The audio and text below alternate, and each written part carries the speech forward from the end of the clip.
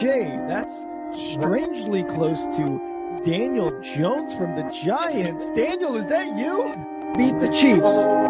Show me. If the Broncos and Russell Wilson can show me that they can beat the Chiefs, then I will start believing. The crowd up. And so are this defense, and Kansas City won't snap the ball again. The Denver Broncos have beaten the Kansas City Chiefs. David Montgomery on the Lions, former Bear, gonna make this his revenge game for sure. David Montgomery gets the touchdown that ices the game. No! And there's a flag. There's flags. There's flags. There's flags. There's flags. Snap, hold, kick. Denver wins! Denver wins! Let's go! They open. No! What happened? Oh, shit.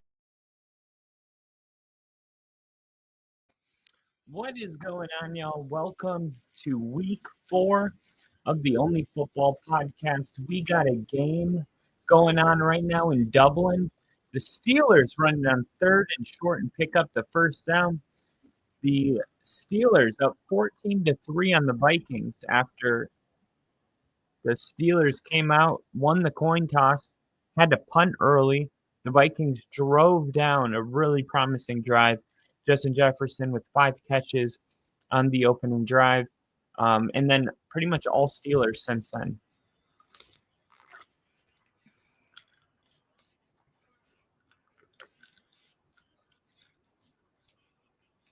Got a little chippiness going on.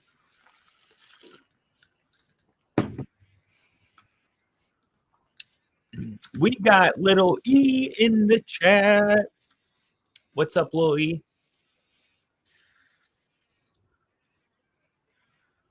Unnecessary roughness gets called on the defense. Wow.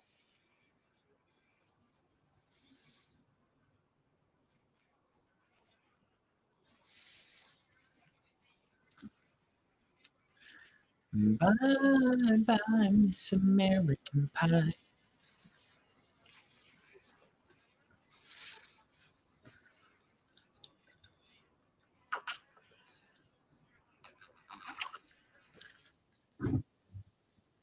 All right. Pam Oliver reporting from Dublin. See if the Steelers can try to get some points here before the end of the first half and maybe extend their lead. Here's a pitch. Caleb Johnson picks up, looks like 1 yard. Not a great run there. Let me pull up fantasy football.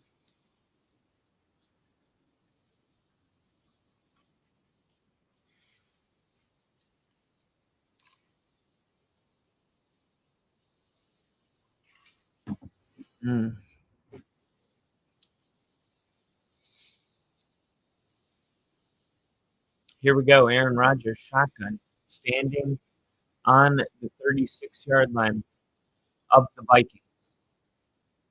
Ball snapped. Rodgers looking, checks down, and it's going to be dropped. And now it's going to be 3rd and 9.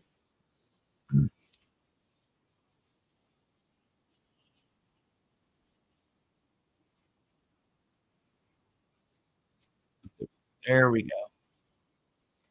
Looks like the production crew is struggling a little bit. They finally turned it to 3rd and 9 here. Here we go. Aaron Rodgers in shotgun. Kenneth Gainwell in the backfield with him. 5 seconds left on the play clock. 2 seconds. 1 second. Ball snapped right at the second. Rodgers looking, trying to stay in. And the old man takes off. And the ball's on the ground. It's picked up by the Steelers. In for Derek Jones. Picks up a couple more yards. Pure chaos on 3rd down. But the Steelers end up with the first down. Wow.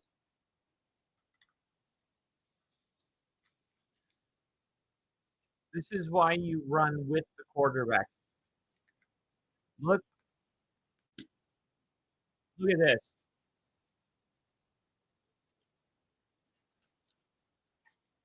For Derek, Jones saves the day.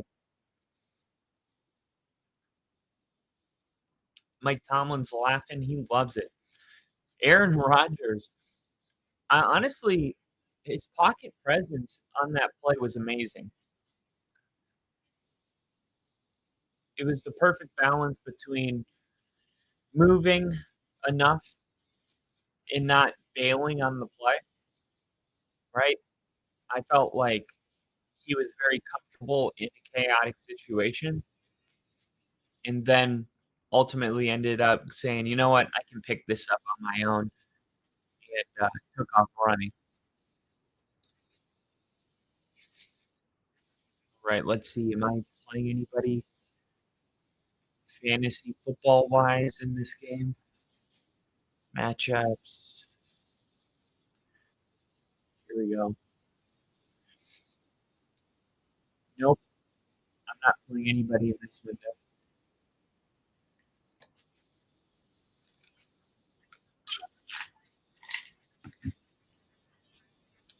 Yeehaw!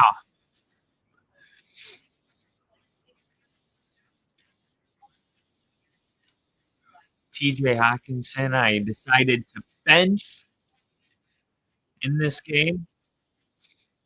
Let's see if I made the right decision. Let's see. What does TJ Hawkinson have right now? 0. 0. TJ Hawkinson with 0. That's right, Brother K. Yeehaw! Yeehaw!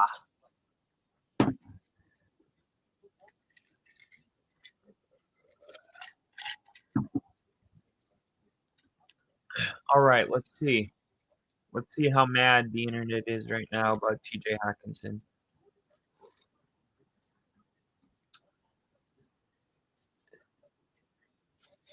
Why does TJ Hawkinson even put a uniform on anymore? Dude's just out there running around.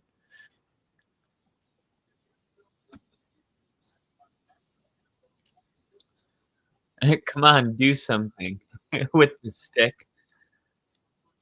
Poking him. TJ Hawkinson not getting the ball today, huh? Not one pass to TJ Hawkinson. Hey, that's your guys' fault. If you were relying on TJ Hawkinson, you need to figure out what's wrong with you.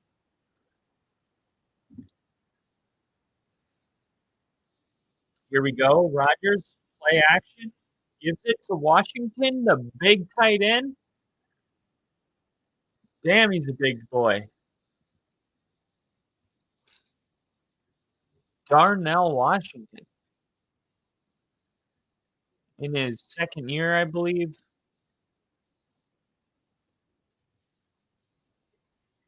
264. He looks like he's 280.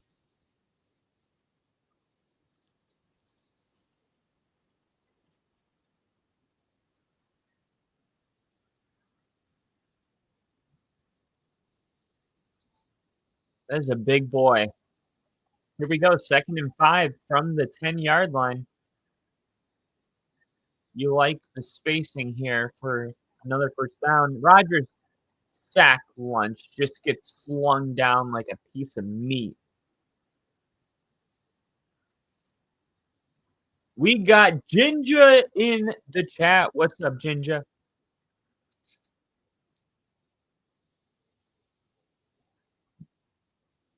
Man, and I talked about this offensive line. It could have been a horse collar. No, it looks like he grabbed the back of his jersey. Not so much. And we got Ginger heading to only football. Let's go, baby. We got Lil E in the chat.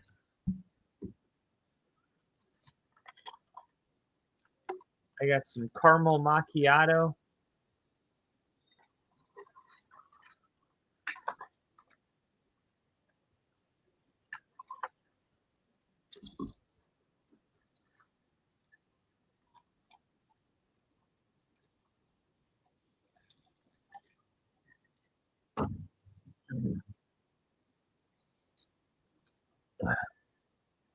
Here we go, 3rd and 15 after the 10-yard sack. Rodgers throwing to Kenneth Gainwell. Gainwell is going to come about 6 yards short.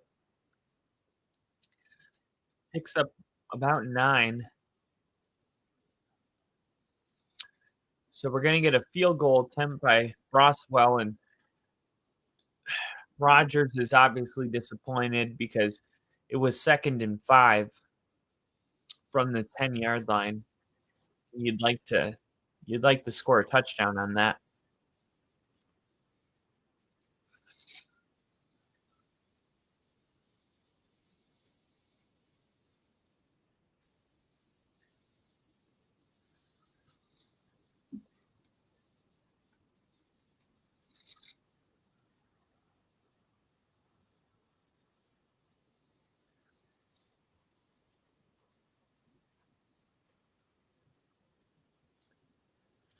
All right, here's Chris Broswell.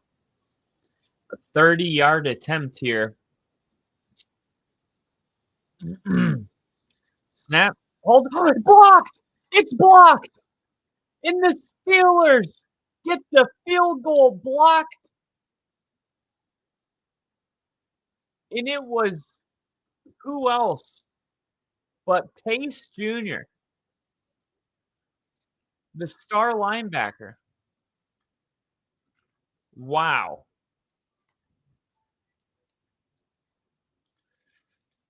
Unbelievable. Ivan Pace coming off the edge. And now the Steelers are really disappointed. Darnell Washington is trending right now, probably because he's such a big dude. I know. Darnell Washington ain't no 264. That's what I was saying. I'm like, he's all a 280. There's no 264.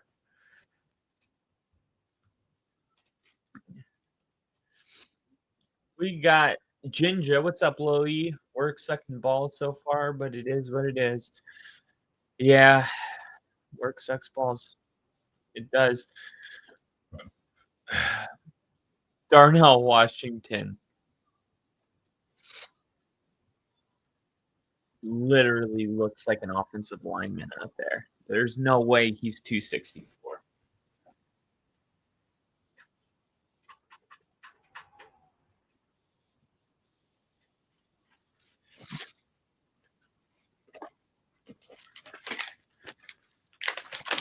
Darnell Washington, 264.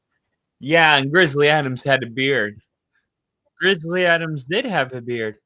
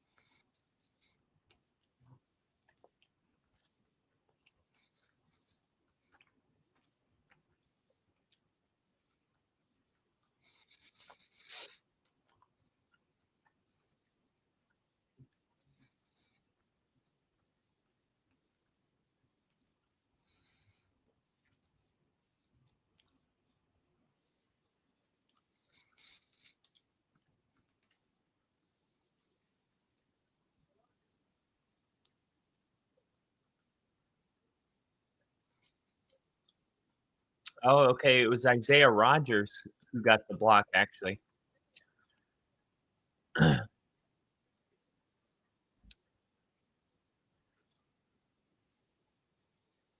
How is that not leverage?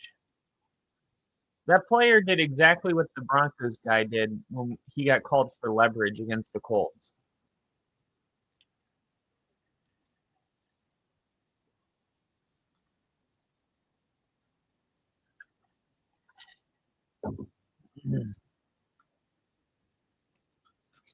She not a lady if she ain't 280. Can we have the Denver Broncos horse kick both of us in the head? Because work sucks, donkey dick. Uncle Scott. Let me just call Miles and see what he's got going on for the rest of the day. Ooh. Roughing the passer turns a simple check down to the running back.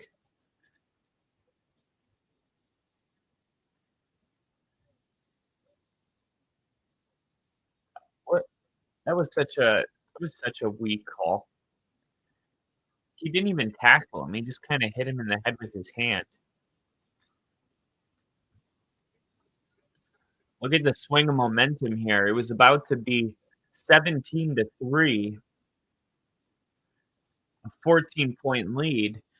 Now the Vikings have an opportunity here to pick up a couple more first downs and make it a one-possession game. And we know that they get the ball to start the second half. So could have been a game-altering moment, that blocked field goal. It's already looking like a pretty significant moment. 132. Wentz looking to throw, taking a shot downfield. Oh my gosh, it's dropped right out of the hands of Scott. Did I say out of the hands? Let me say it. You gotta catch that ball, dude.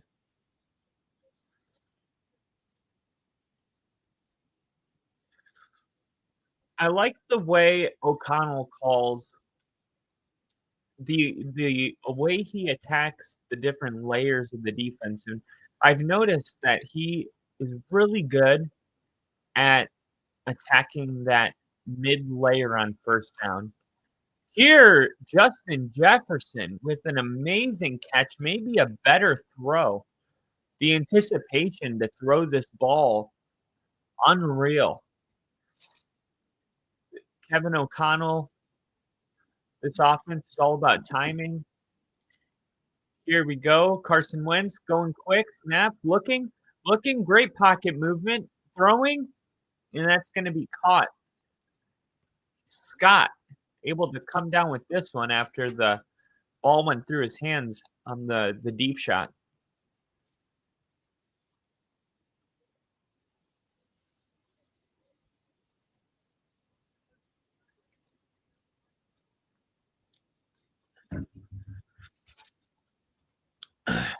Just like that, man.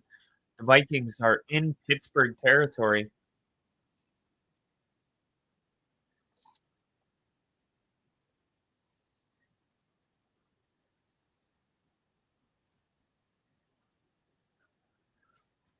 Here we go. Wentz looking, firing, wide open.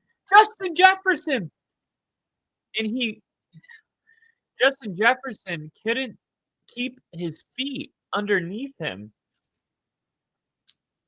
He's so upset that he lost his footing because he had an opportunity to score, but he just pulled a Danny Dimes and just fell on his own feet. Here's Wentz trying to avoid the sack, flips it to Scott. And Scott tries to stiff arm Patrick Queen, and Patrick Queen brings him down by the hand, and Justin Jefferson still mad that he lost his footing.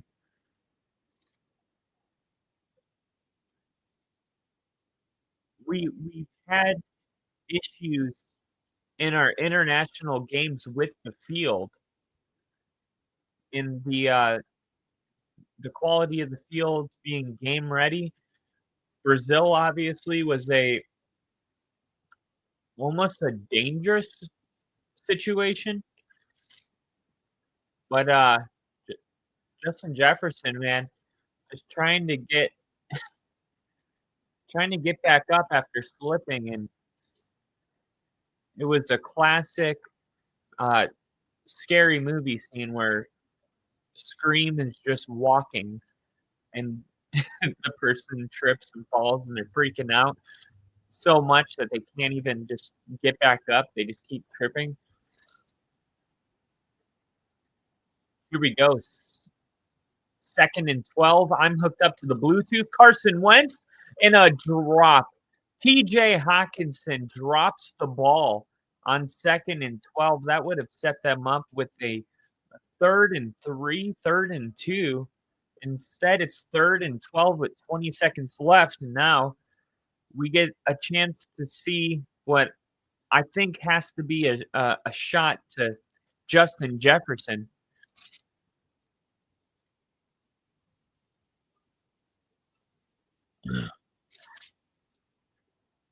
Could have been thrown better to TJ Hawkinson, but should have been caught. By far should have been caught. 3rd and 12. Blitz coming off the edge. Wentz throwing it up. It is caught by a Steeler, but it's going to be out of bounds. And that was Darius Slay, who was trying to stay in bounds. Let's see. He catches it. Oh.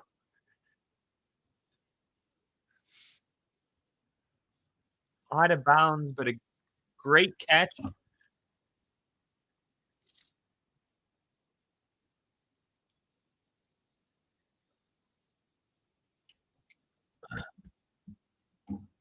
Here we go. A 33-yard attempt to bring it. Oh, my goodness. Jalen Ramsey.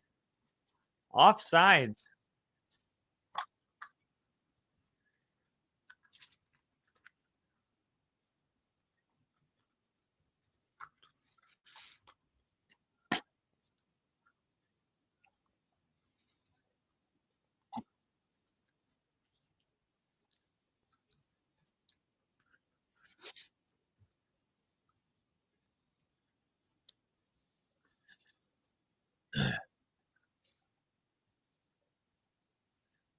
So they had the open hand count. Usually the open hand is when they snap it, but the Vikings were going on 2 open hand.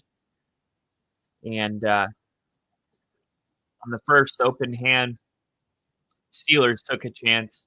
Jalen Ramsey came flying off, trying to block the field goal, but the ball hadn't even been snapped yet. So offsides, Vikings make the kick the second go around.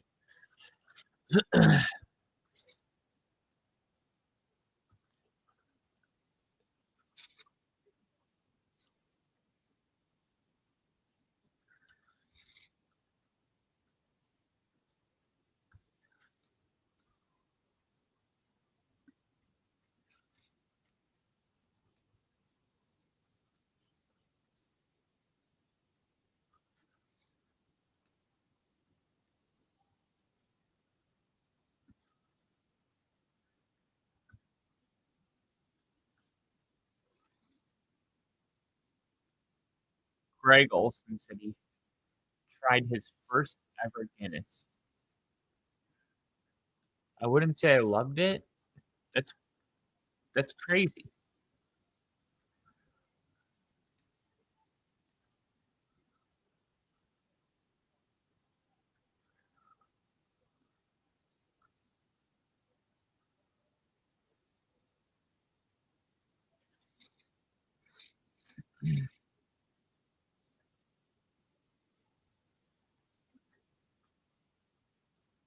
Here we go.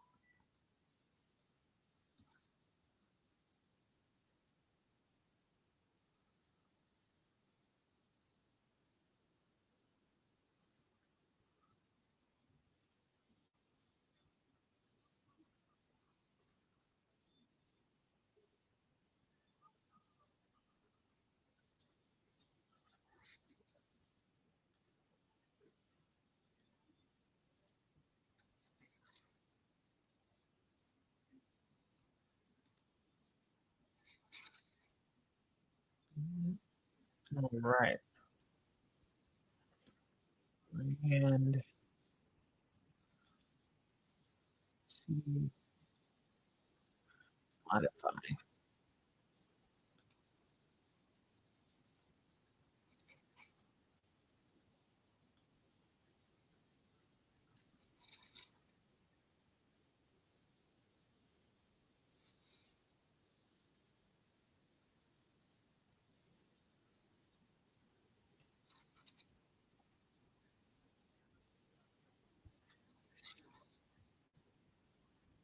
Image, choose.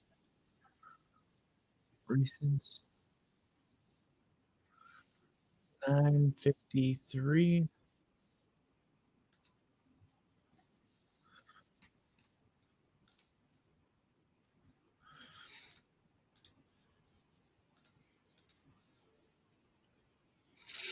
Recent 9:53.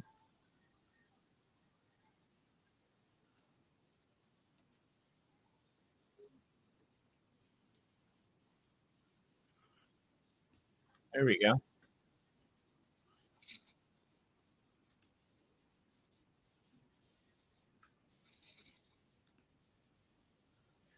How is that? Got a nice little scoreboard ticker up there for you.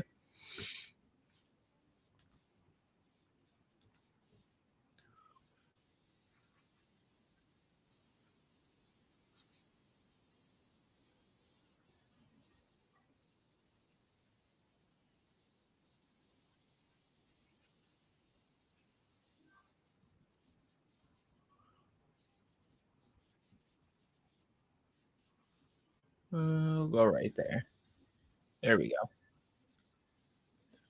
All right. 6-14, one score game. I think if you're a Vikings fan, you got to feel pretty good about what your team was able to do to close out that first half. Looked like this game might have got away from the Steelers. It was looking like potentially going to be 21-3. Major turn of events. Really, when they sacked Aaron Rodgers on 2nd and 5, that changed everything. It brought up 3rd and 15. That led them having to get the ball to Kenneth Gainwell. He's only able to pick up 9. Then they bring out the field goal unit. The field goal gets blocked, and then the Vikings go on a pretty nice drive. Justin Jefferson's still mad he didn't score. He got tripped up on his own feet, but at least they were able to get 3. And at the minimum, that blocked field goal was a 6-point swing.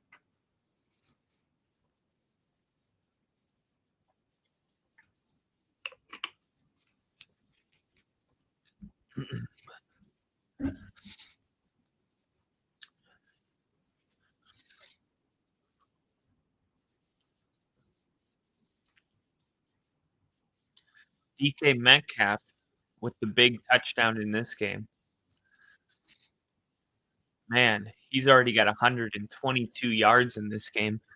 Yeah, 122 yards, a touchdown, and 4 receptions in the first half.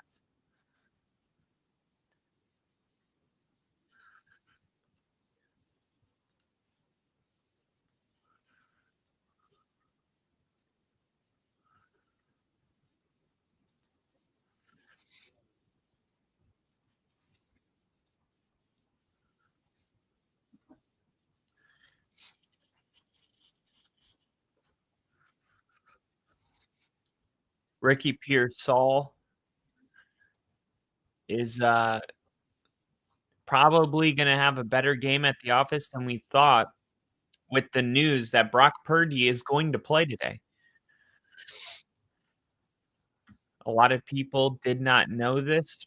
This was breaking news. Brock Purdy is going to play today. It is not going to be Mac Jones. Brock Purdy has no injury designation going into this game. Of course, Kyle Shanahan probably kept this whole thing close to the chest so that way the Jaguars would game plan for Mac Jones all week. But then they were forced, to release their final injury report. And Brock Purdy has no injury designation. So sneaky move by the 49ers. I get it completely. It's it's like Sean Payton always says, I'm not going to talk about injuries because there's no upside to us, right? Nothing good can come from us revealing this information. It only benefits the other team. I get it that the fans want to know, but it's like at our own demise do we give this information for the fans if it hurts us? And I, for one, as a fan, am like, I don't need to know. Like, because I understand whatever's best for the team is what I want. So the 49ers did a good job of keeping this one under wraps. And we'll see Brock Purdy and how he looks coming back from injury today.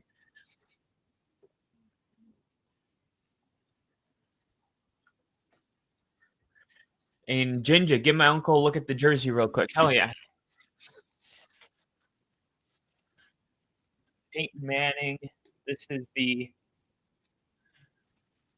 1997 collection Mitchell and Ness.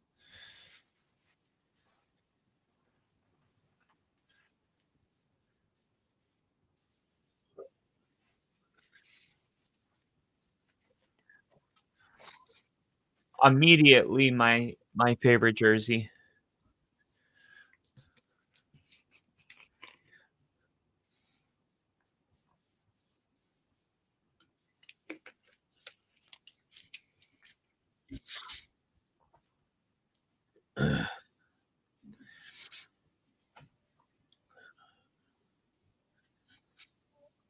That's a good looking jersey there. I know, dude. I love this one. And it was a total coincidence because I was meeting Mary at the mall to get a suit for my sister's wedding, and I like walked in the wrong door, and I was trying to figure out where I was at. Mary's like, "I'm by the Cheesecake Factory." I'm like, "I don't know where that is." So I just walked into this sports store. And I thought I might have been at the wrong mall. So I walked into the sports store and I'm like, "Is there a Cheesecake Factory here?" And he goes, "Yeah." He was like, "It's on the other side." And I'm like, "Okay, thank you." Of course, I'm in a football store, so I'm like, "Let me just walk in a circle real quick, just a quick circle." I saw like a girls' Bo Nix jersey, but besides that, it was all college football stuff. So I'm walking out, and as I'm walking out of the store, there it is, hanging up very top, the first jersey when you walk in, and the last jersey when you're walking out. And I'm like,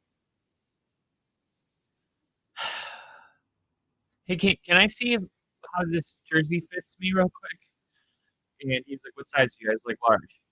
Brings this one down. I put it down. As soon as I put it on, I knew that this jersey was coming with me.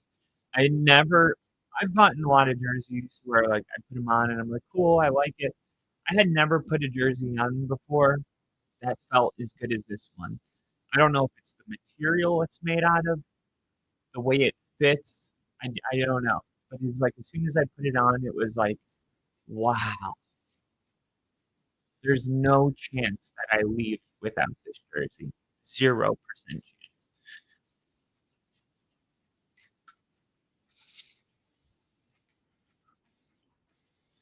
Honestly,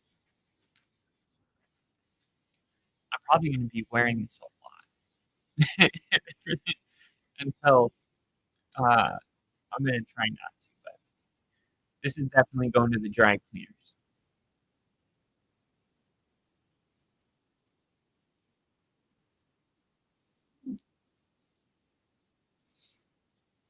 Really pumped up for the Eagles Tampa Bay Bucks game later today.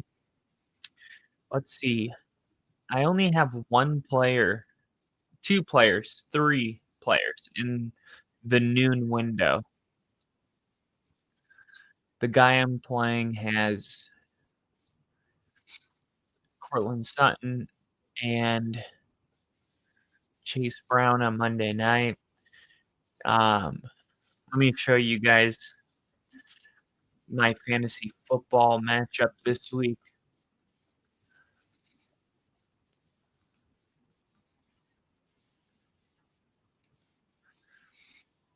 Here is my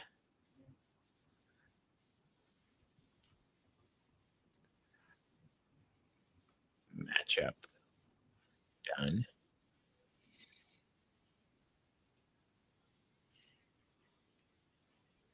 Got a nice little halftime show going right now in Dublin. Delete. Delete. Delete. Delete. Delete. Delete. Delete. Delete. Delete. Delete. Delete.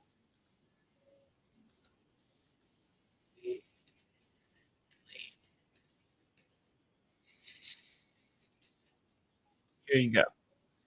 This is my fantasy football matchup this week.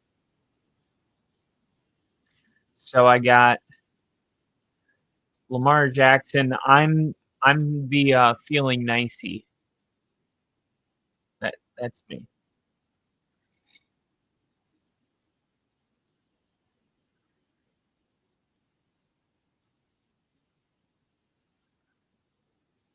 Ricky Pearsall, Xavier Worthy, Lamar Jackson, Christian McCaffrey. You know, the 49ers don't have a rushing touchdown this season yet. Jonathan Taylor only projected 16 points. How disrespectful. Jonathan Taylor getting only 16 points. That's bullshit. He had 102 yards against the Titans week 1. He had 3 touchdowns in that game. I mean, he's only played in 3 games, but he's averaging 5.6 yards per carry. He's got 338 rushing yards on the season. He's averaging 112 rushing yards per game and 1 touchdown. His average, 112 rushing yards, 1 touchdown, and 31 receiving yards. He's played all 3 games. He's got 9 targets, and he's got 8 catches. So almost 100% of the targets have been caught when it comes to Jonathan Taylor. Almost 100 yards receiving, 93. He's got another touchdown as a receiver. I feel like he should be projected at least 19. Maybe not 20, but 16 seems a little low. That's all I'm saying. That's all I'm saying. You don't have to agree with me. I know I'm right. Now let me see something really quick. Let me see. Fantasy football. Where is it? Fantasy football.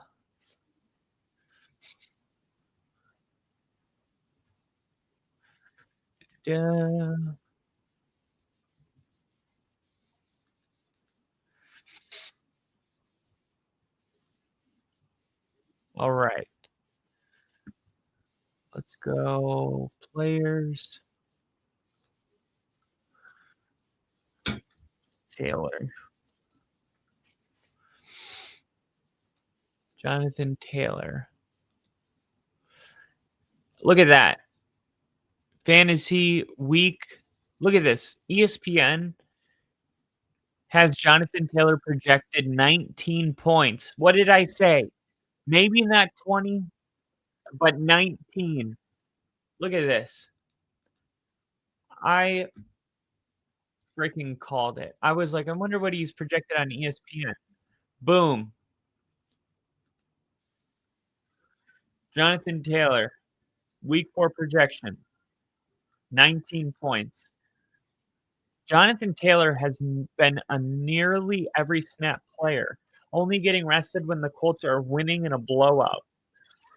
Through 3 weeks, Taylor has turned 68 touches into 431 yards and 4 touchdowns.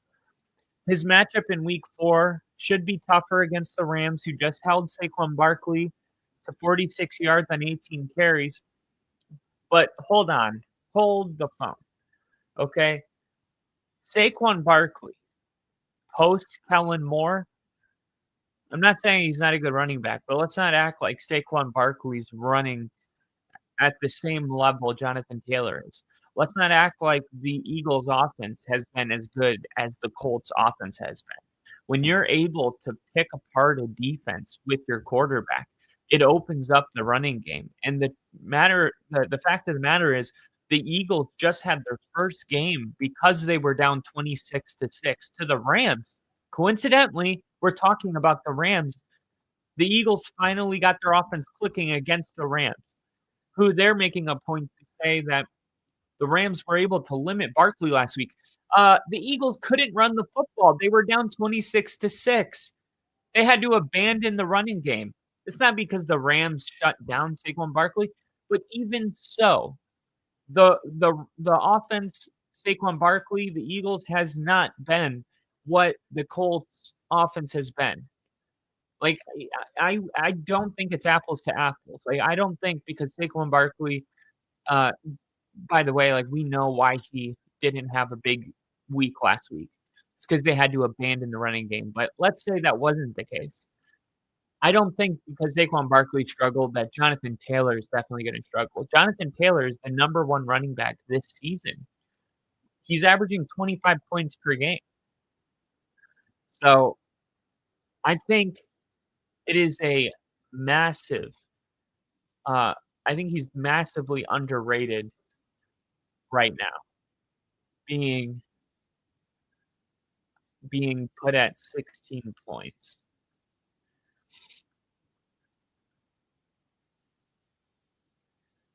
Now, where is my background? See? There we go. All right. Peyton Wilson, one of my favorite draft picks. They were able to draft Peyton Wilson in the 2nd round, I believe. He was somebody that should have went in the 1st round. He fell out of the 1st round. I believe he went to NC State, but he was one of my favorite players in the draft a couple years ago, and the Steelers were able to get him in the 2nd round, either late in the 1st round, like 31, 32, or the 2nd round. And you're like, how do the Steelers who get a sack here? There's a flag on the play, but it might be on the Vikings. But once the Steelers drafted Peyton Wilson, I was like, man, this is going to be just like when they were able to draft T.J. Watt at 31 or 30 overall. The Steelers have been really good about sitting at the very back of the draft and picking the player that has no business being there. The Eagles have the same exact philosophy. That's how they got Nolan Smith a couple years ago, who was projected to go as early as 12. And then they were able to land him. And somehow Jalen Carter, they landed at 12. He was supposed to go number 1.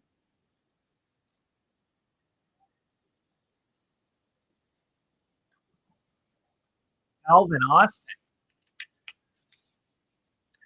loses about 5 yards, gets pummeled right away. But the Steelers defense, they do their job. And now Aaron Rodgers coming back out onto the field.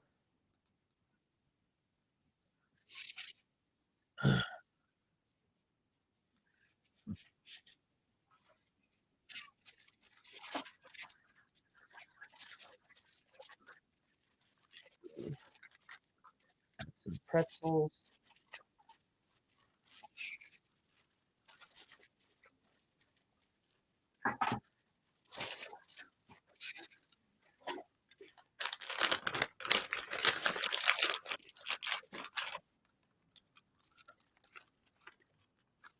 Dots.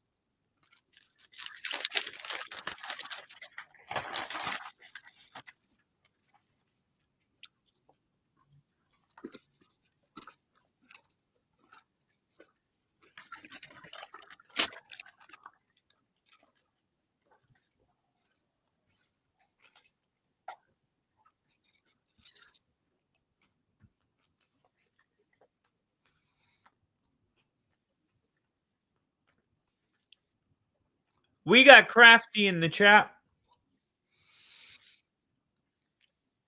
What's up, Crafty? Welcome to Dublin. Oh, Colorado falls to BYU. Man.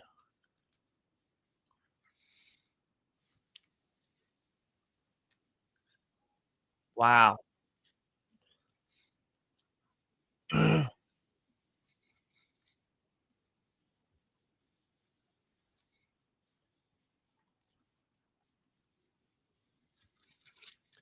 All I'll say is all the people that are saying Coach Prime is the worst in-game manager in the history of the universe, and I can't wait till Coach Prime gets fired. I hope he does leave, so Colorado can return to being the shit stain that they were for the entirety of my life. I feel like Colorado fans are getting too far ahead of themselves, acting like somebody better is going to come and take this job. It's the same thing with Sean Payton. It's like you would think after all of the years of not having a good head coach and all of the terrible things that we've been through that it would take a little more than 2 losses in the last second of the game by 2 undefeated teams to make us wanna get Sean Payton out of town. It's like fans are just so fragile, and they always believe that the grass is greener on the other side, and we know that the grass is greener where you water it. Now someone like Mike Tomlin and John Harbaugh, who have had sustained success but haven't won a Super Bowl, does that have an expiration date? Maybe, but Gainwell on the ground picks up 7. But teams that haven't had any success for a long time and finally start to have success, and then as soon as they have a bad year, everyone's like, "Fire him, fire him." I'm not gonna lie, Mike McDaniel is a perfect example. The Dolphins have been asked my entire life. This is the first time they've been an actual respectable team is the Mike McDaniels era. And yeah, maybe they need to take this roster, dump it upside down, and burn it all down. But I don't think that firing the one guy that's made you relevant in the last 25 years is the smart move when he's the best thing you have right now. That's just my opinion on it. And I'm surprised that he hasn't earned more than a bad year. I mean, look at the way Tua looks out there. Does he look like somebody you could win a bunch of games with? Look at Tyreek Hill. Does he look like the same guy he was? I mean, oh, a big time hit on the punt return, and there's a flag.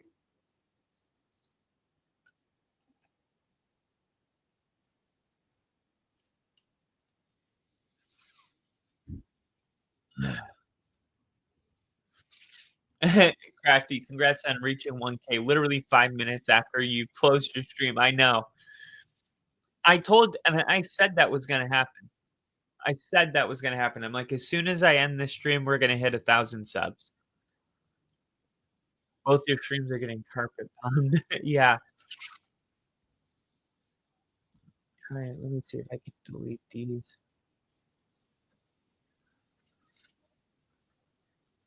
Delete, delete,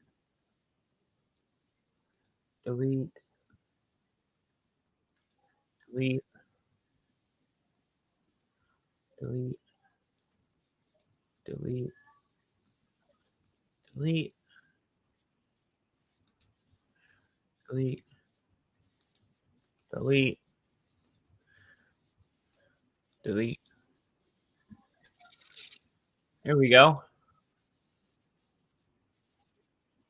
That should work for now. Low key, that's so dope that y'all hit 1,000 subs. I'm gonna go on a limb and say high key. I think it's dope high key. That's just me. I'm not afraid to say it. High key. But put a dog shit in the chat if you agree high key.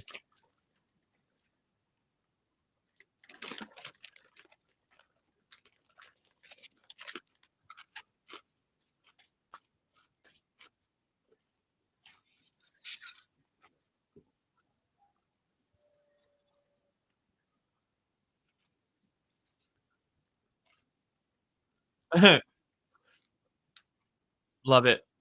Love it, Lil E. Rick says low key.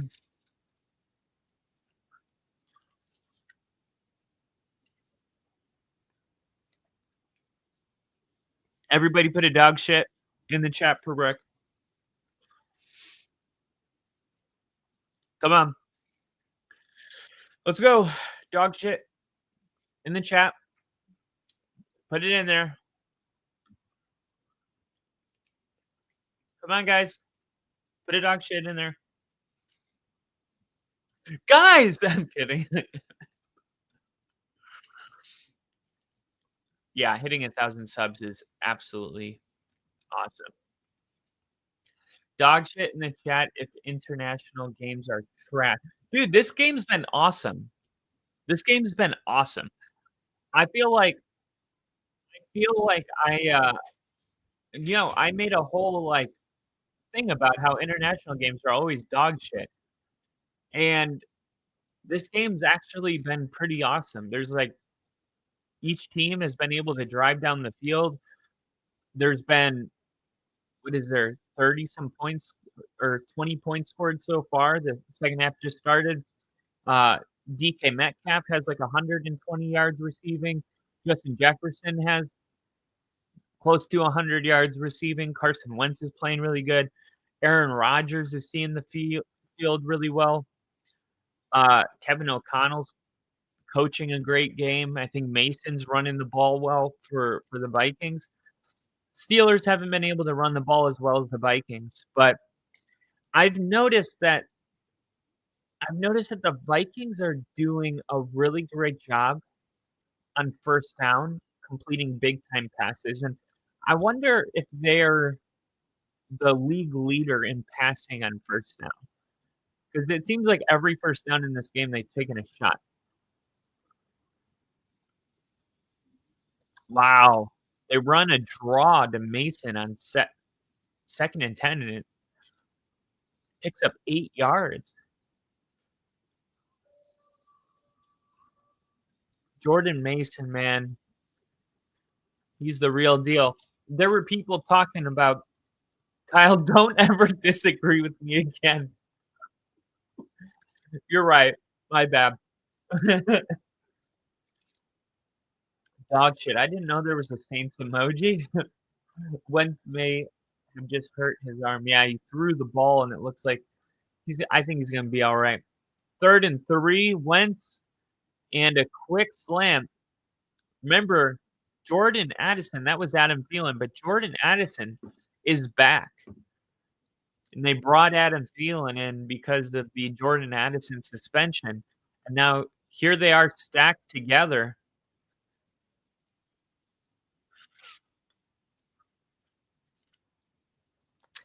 All they're doing by stacking them that close together is they're just dictating the leverage of the Steelers' defense.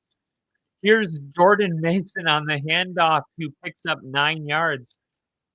And Jordan Mason. I wanted Jordan Mason. I wanted Achane. I wanted Peyton Wilson. I wanted who's the Tyler, who's the safety for the Giants? I wanted Jared Verse.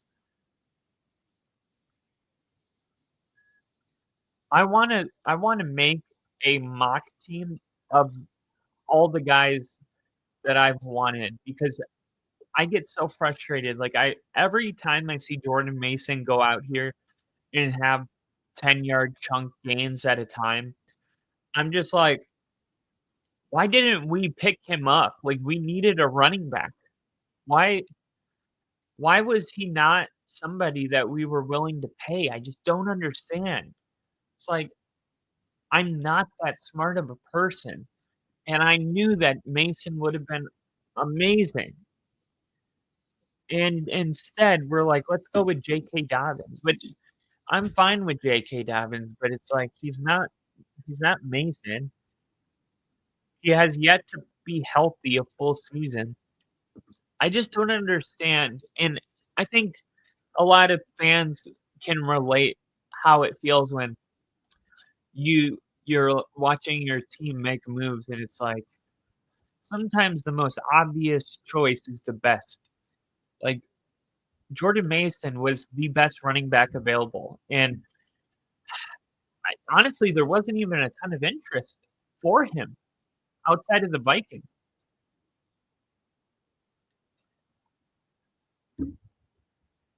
Second and 8. Oh, through the hands of Jordan Addison. Welcome back. Uh-oh. We got Liam in the chat. What's up, Liam?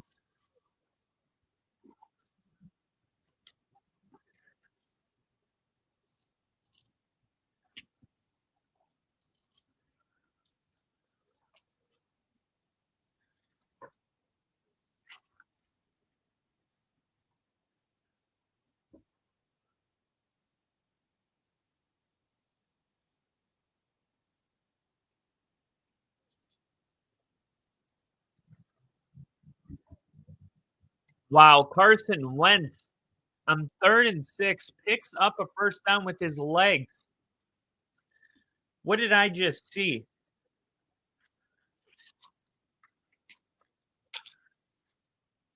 Carson Wentz.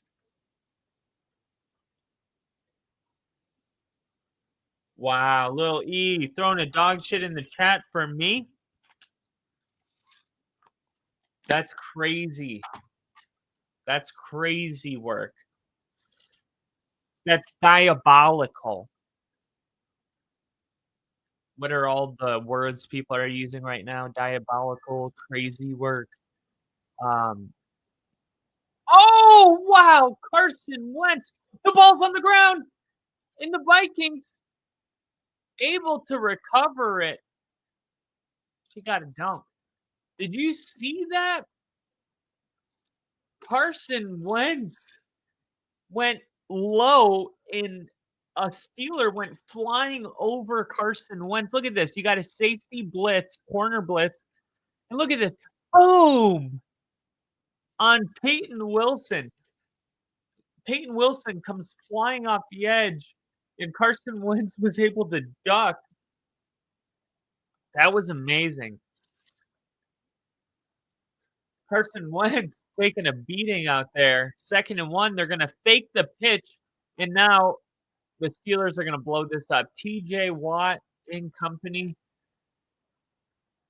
Tackle for loss. 3rd and 16.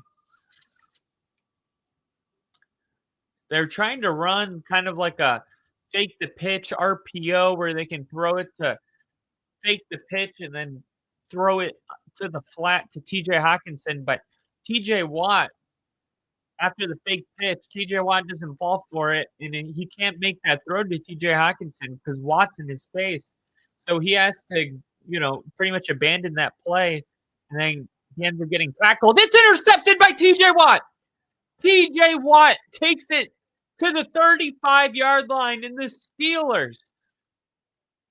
And he punts it into the crowd, and the $123 million man takes over. Now, look, there has been a lot of talk, a lot of chatter about whether or not they should have paid TJ Watt based on what we've seen this season. I believe he just got his first sack last week. And it's like sometimes people just look at the stats and it's like that doesn't tell the whole story. Sometimes one guy's getting double team, triple team, so he's not getting a lot of sacks, but now the other guy is. Like, look at Micah Parsons. He comes to Green Bay, and is he leading the team in sacks? No. But Rashawn Gary has more sacks than he's ever had with the Packers because of Micah Parsons. So it's like TJ Watt is still a very disruptive player, and he is still getting after the quarterback, even if he doesn't have a bunch of sacks so far to prove it. But right there, I think that series of events just tells you how important TJ Watt is to this team. He blew up the play before this, which led to like a 7-yard sack. Then he turns around and takes the ball on third down. I mean, you talk about how many wins is a player worth, and there's a lot of different metrics to do this, but generally a player might be worth like 0.5 wins. Um, Look, there's multiple games this year where you're looking at the Steelers going, TJ Watt. I mean, the Vikings driving down the field, they score a touchdown, they have an opportunity to tie the ball game, and TJ Watt not only denies the Vikings points, but takes the ball from the Vikings and then puts the Steelers in scoring position at the 35-yard line. Like that might result in a win, that type of play. So, I mean, when it comes to how valuable a player is, like I'm convinced TJ Watt wins 6 to 8 games for the Steelers every year. I'm not even kidding. And then Crafty said, "Is Wentz crashing down to earth?" Honestly, no. Just TJ Watt doing TJ Watt things. I think Carson Wentz looks awesome. Really, I do. Justice for Rick. I wish Steelers would have recovered it. No, you don't.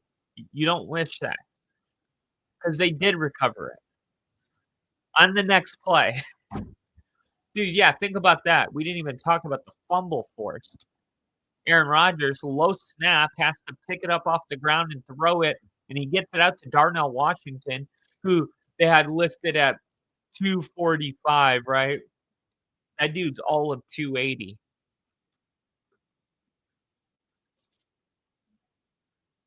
That dude's all of 280. Tip, look at TJ Watt, man. Is anybody better at getting their hands up, getting batted balls, but then the awareness to track it? I mean, TJ Watt, one of the best defensive players the NFL's ever seen. Here's the handoff. Kenneth Gainwell takes it into the red zone. And now the Steelers with an opportunity here late in the third quarter to score a touchdown, extend the lead to 2 possessions, and hold that going into the fourth quarter. A lot of football left. Something tells me this game, no matter what happens on this drive, this game's going to be coming down to the final 2 minutes. That's just what my gut tells me. This is going to be a close ball game.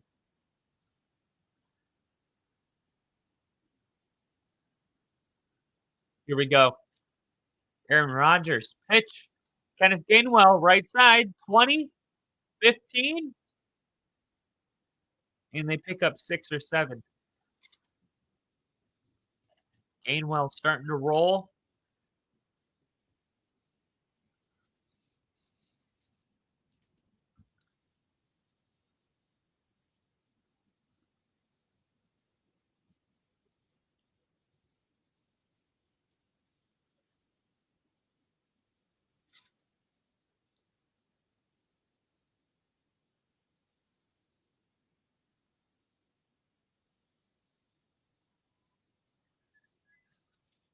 Second and 4. Handoff. Gainwell. Touch. Oh, he goes down. Looked like he was about to score.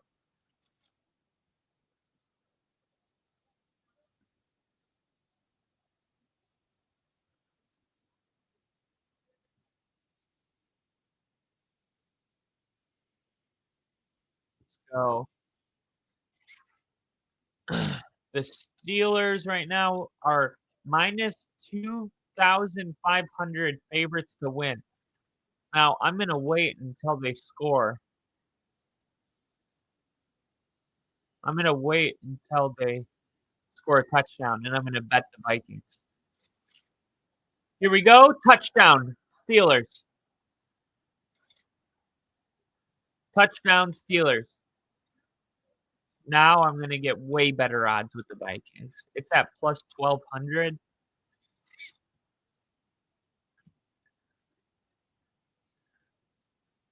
Let's see. Let's see what it jumps to after this touchdown. There it is. Touchdown.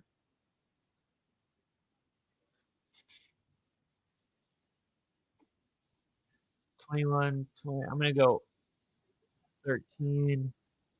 I'm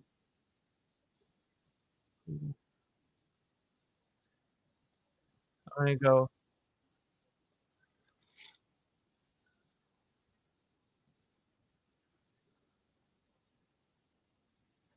All right. Plus 1,200.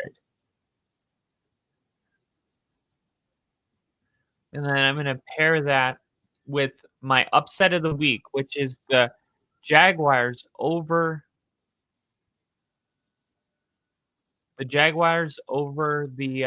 49ers, and then the Bears over the Raiders. $3 wins 100. $3 wins $200. Okay. There. I got Vikings winning, Jaguars and Bears. Now I think the Steelers are gonna win, but for $3, I think that's some. Now plus 11.5. I'll put 6 on that to win 5. There we go. I bet $6 to win 5 that this is going to be a game that's within 11.5 points. So essentially my $3 gamble on the 200, that's a free $3 because I know this game's going to be within 11.5. The Vikings are going to score on this drive. It's going to be a one possession game. And then we're going to have the whole fourth quarter for the Vikings defense to make a play. And the Vikings defense has been able to, get the ball back when they needed it. So I think this is going to be a close game. This is why I like live betting. It's just you can take advantage of these lines like plus 1,300. It's a two possession game in the third quarter. That's insane. But I love it.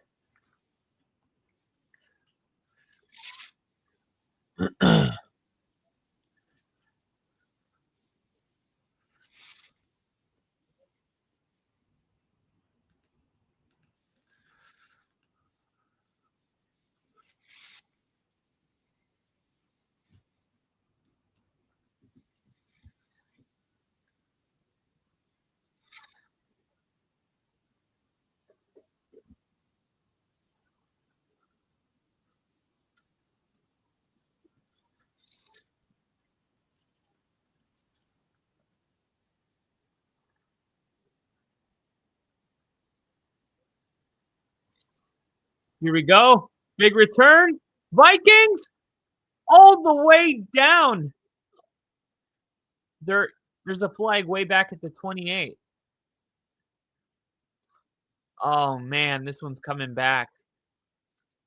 Holding on the return team after the Vikings take it into nearly the red zone for the Steelers on the return. This one's coming back. Wow.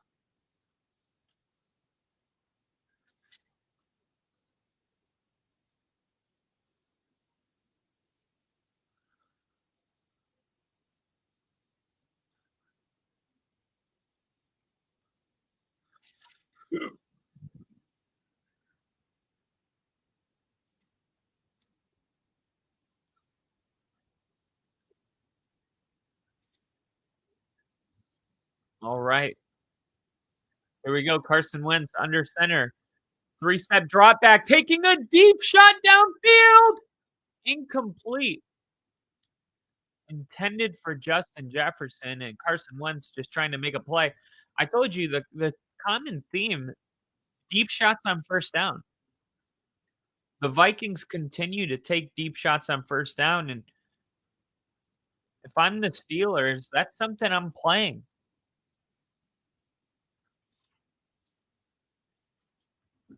That is something I'm playing.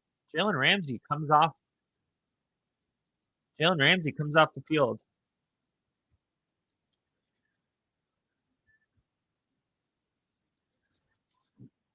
Uh-oh. Mason picks up only a yard, 39.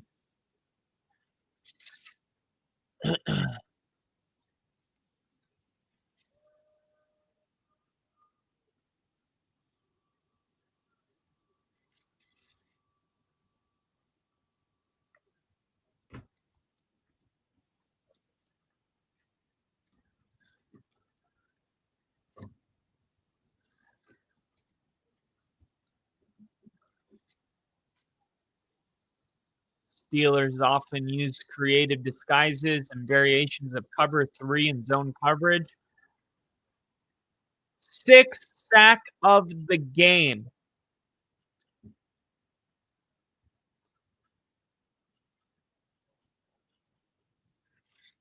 Now, we talk about the disguises. Look at this. The offensive line. Dude, they got a guy whose last name is Skull on the offensive line for the Vikings. That is so cool. It is so close to Skull.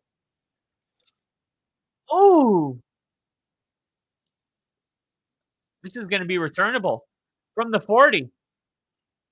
Retracts field, turns the corner, and it looked like if he could have stayed on his feet, there was a chance for a bigger return. But Calvin Austin, a good return. He's got some speed on him. What did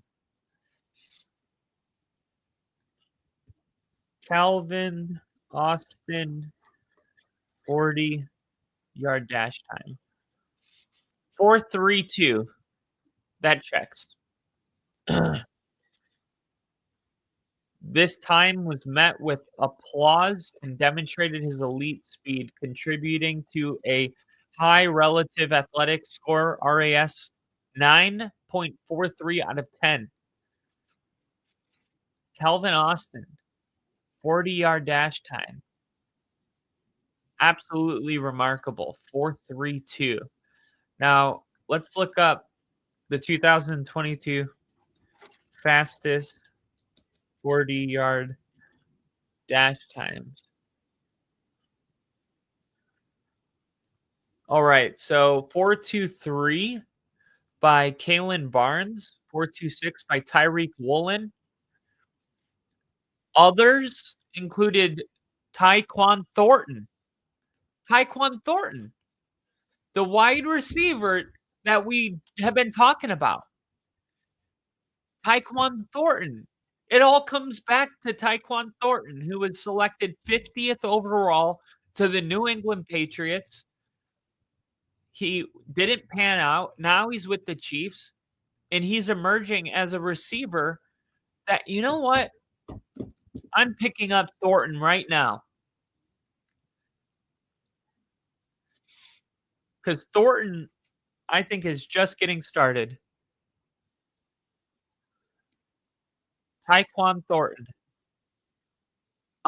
Somebody has him? Somebody picked him up.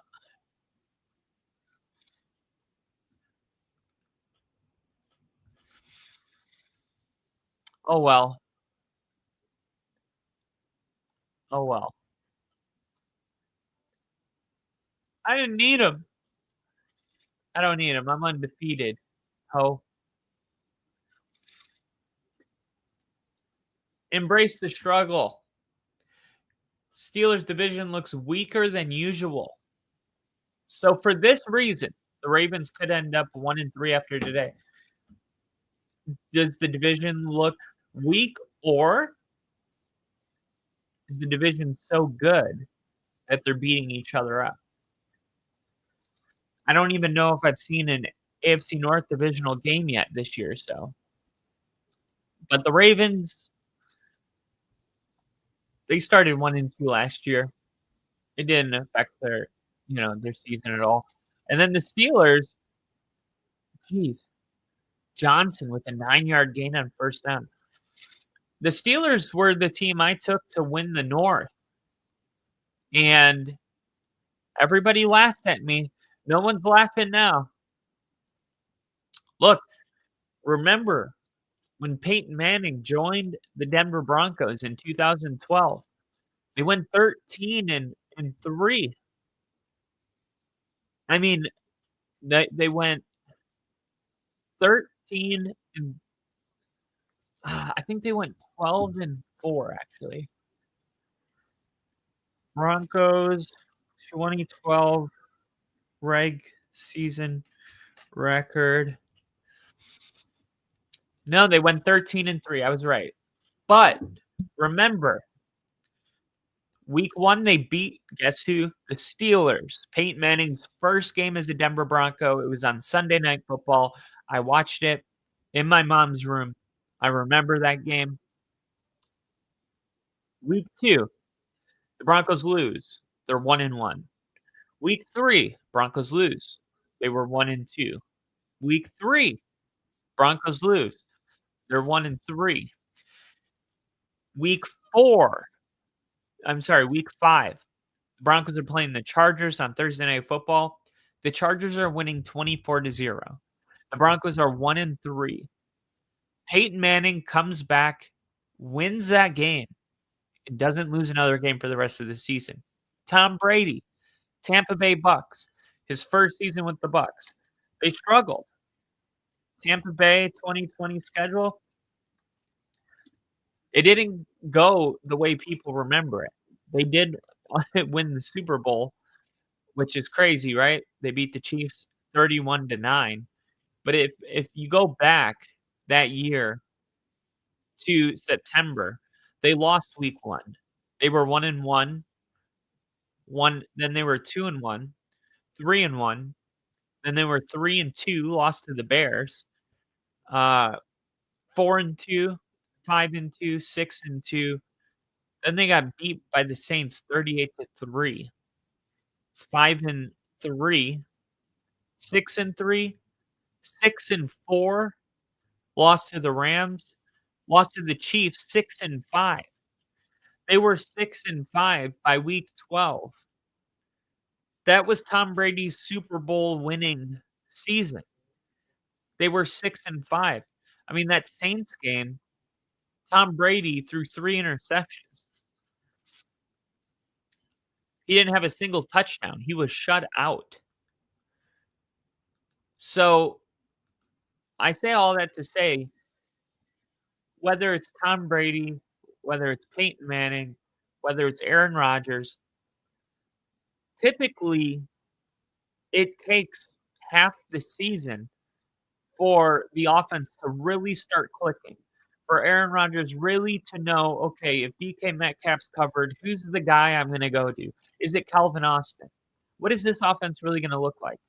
How good is Ty Johnson going to be? How good is Jalen Warren going to be? How effective is Darnell Washington going to be as a receiver? All of these things. Here's a quick throw to DK Metcalf, first down.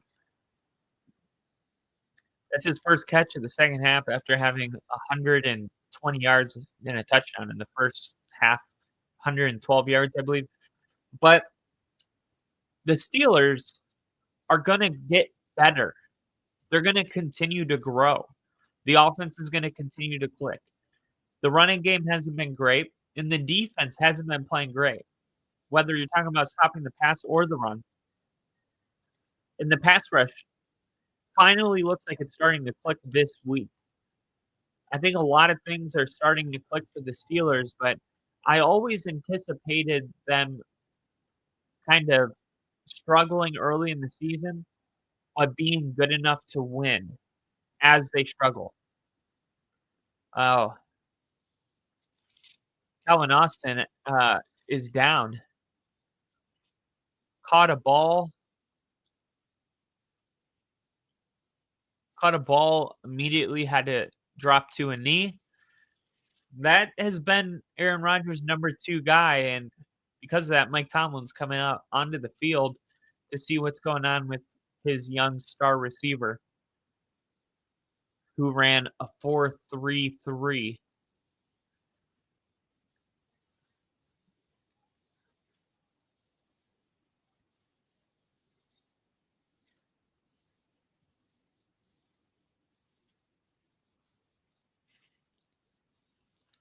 DK Metcalf exchanging some words with the Vikings. Aaron Rodgers has to go talk to him. DK Metcalf saying, "You're a loser." And Rodgers has a smile on his face. He loves it. I love how they just panned on DK Metcalf ranting for 30 seconds, and the announcer said nothing, and then they just went to commercial break.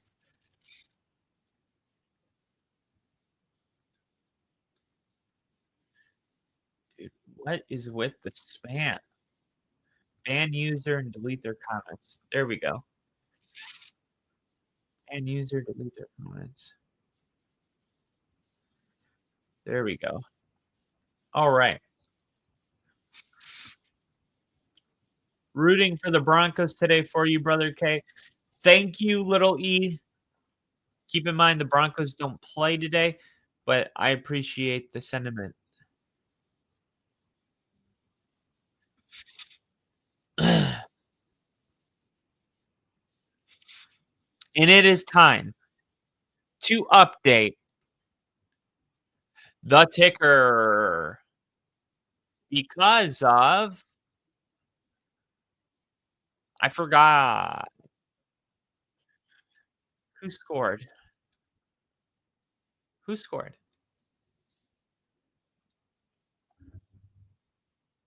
I think it was Ty Johnson.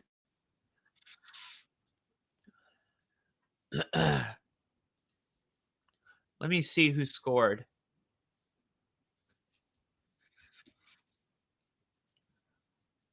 Ty Johnson.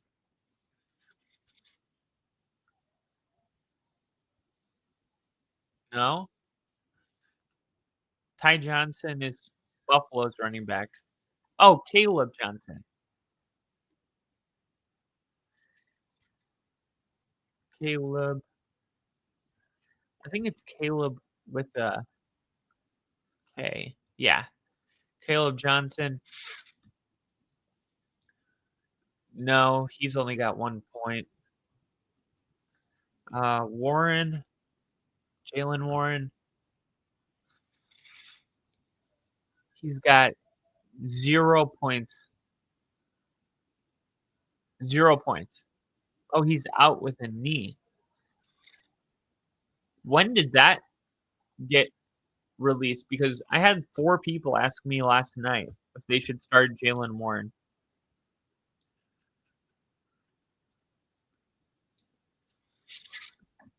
Jalen Warren inactive for Steelers Vikings.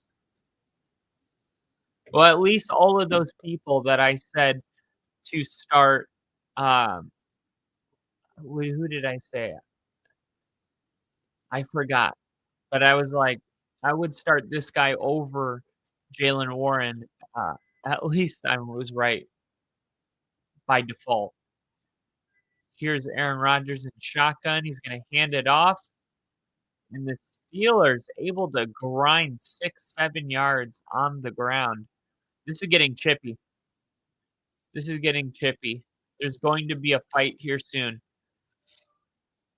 The Steelers are in the faces of the Vikings saying first down. It's getting personal. I'll put it that way. It's getting personal. Here's Caleb Johnson in the backfield. He's got 18 yards on 4 carries. Darnell Washington motions to the left. We'll see if they run that way or if they fake it. They're going to motion Darnell back to the right, run it to the right, and only pick up a yard there. Whistles blowing and refs once again breaking up the Steelers and the Vikings. And if you're the Steelers, I think I wouldn't be against calling a timeout if I'm Mike Tomlin. And because you got a 2-possession lead, you're about to score again, whether it's a field goal or a touchdown. I would call the timeout and say, look, it is so crucial we get at least 3 points on the board here. If you guys take a unnecessary roughness, you're going to take us out of field goal range potentially. We can't have that. Here's a draw on 2nd and 9. Big time hit. Open field tackle by number 22 for the Vikings. And it's going to be 3rd and 7, I believe. Aaron Rodgers huddled up. 3rd and 6 officially. And either way, Broncos win is coming and Steelers reign in their division. Let's go. Let's go, baby. Yes, it happened either week 1 or week 2. Rodgers, 12 for 14 on quick passes, and Pittsburgh calls a timeout here. So I thought this was a good time to call a timeout. I was thinking of doing it on 2nd down, but I think it's a good timeout by the Steelers. This is a really important play coming up. All of that to say, against the blitz, Brian Flores, one of the highest blitzing, confusing blitzes, different packages. He throws it at you. Aaron Rodgers, I thought, he's going to be able to combat this with quick throws. I mentioned this yesterday. You're going to see the ball coming out of Aaron Rodgers' hands quick. And I thought if Jaylen Warren was playing, he would benefit from a lot of those quick, screens. Rodgers is 12 for 14 on quick passes, so he has been winning that chess match against Brian Flores today. 3rd and 6, Vikings send 5. Rodgers throwing an out route, the timing not quite there, and a field goal coming up. That'll make it still 24-6, 18-point game. Vikings offense just needs to get a quick score. Go for 2. Make it 14-24. Field goal's good.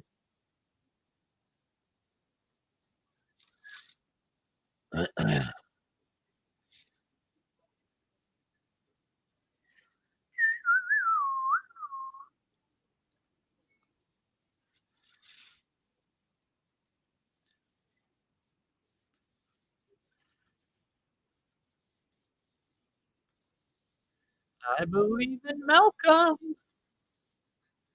Where you at? You sexy thing.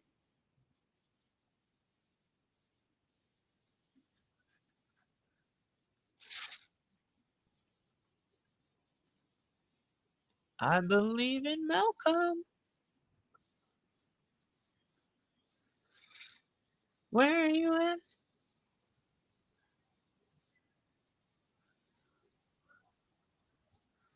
Done.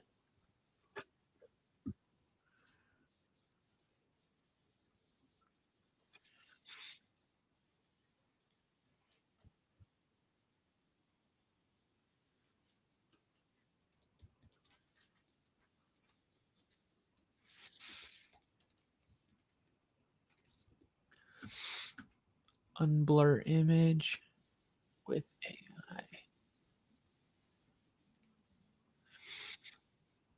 see.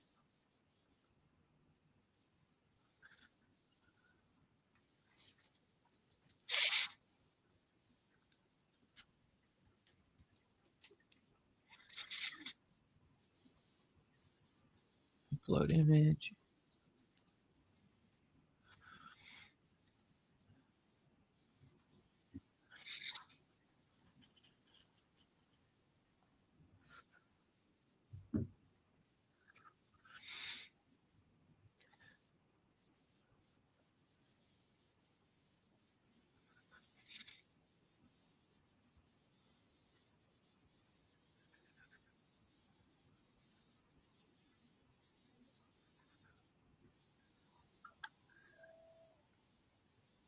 And I'm updating the ticker right now.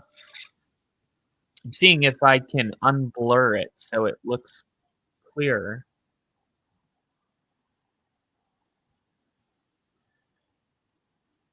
It does look clearer. Download HD. 7-day free trial.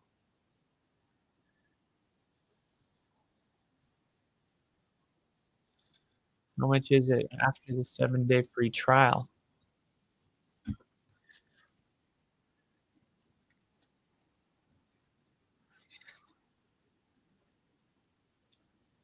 Let's not. Just download preview.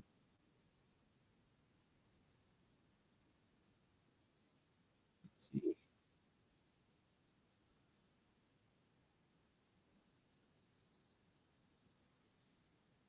Right. And modify.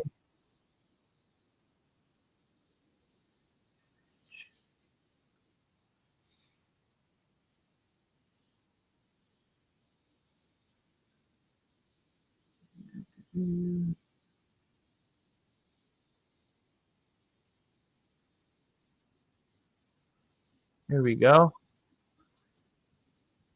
How does that look? That's a clear ticker, if I do say so myself. That's a good looking ticker, baby.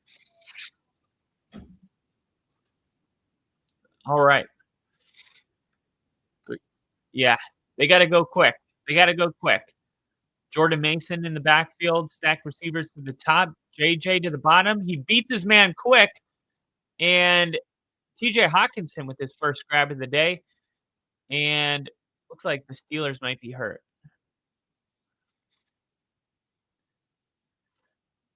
And yeah, we're going to get whistles.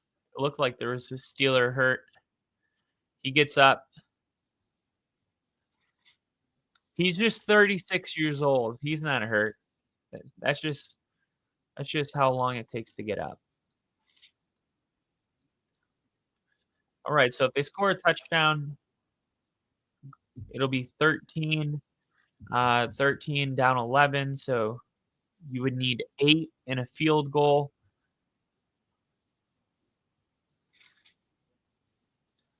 Cameron Hayward walks off. I guess he's got to walk off for a play. 10 minutes and 3 seconds. They got to go quick. They don't have the luxury of taking their sweet time. They got to move. 9:54, 9:53, 9:52. Carson Wentz, shotgun, almost at midfield. They got the ball at the 46.5-yard line of their Vikings. Here's a throw, caught Justin Jefferson, and that ball takes it to the 34-yard line of the Steelers. They got to go quick.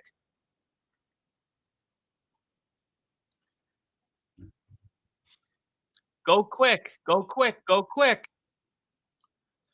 got to get a quick score in. This is going to be a game. The Steelers are going to try to get a turnover or something here. Fakes the handoff, blitz coming, and he just throws it in the ground. At least it stops the clock. Carson Wentz takes a pretty good hit. Carson Wentz showing that he's hurt. I don't know if he's just doing it for attention. Just kidding. There's JJ McCarthy. Didn't look great this year. Doesn't look great tonight. Just kidding. 2nd and 10. Carson Wentz looking, firing, and he's going to get it to Hawkinson, and that's going to be good for a first down. Takes it to the 23-yard line. They got to go quick. They got to continue to go quick. Holy crap, his last name is Skull. Skull! How long have the Vikings been waiting for that? They're like, what, a guy whose last name's Skull or TJ Hawkinson to catch the ball? Both. Here's another throw to TJ Hawkinson, this time to the 17-yard line, and Hawkinson starting to finally make a couple plays in this game. 2nd and 4. Time is really the enemy here. You got to get something in the end zone. You got to start throwing it to the end zone. You still need 2 possessions at a minimum after a touchdown. It's a 3-score game. Luckily, you have all 3 timeouts. You got to score here. Here's a rollout and incomplete. At least it stops the bleeding clock. 3rd and 4.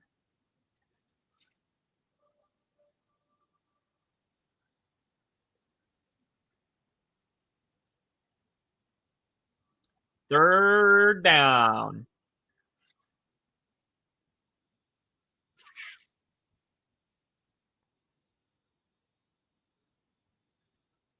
So I guess this is technically a home game for the Steelers.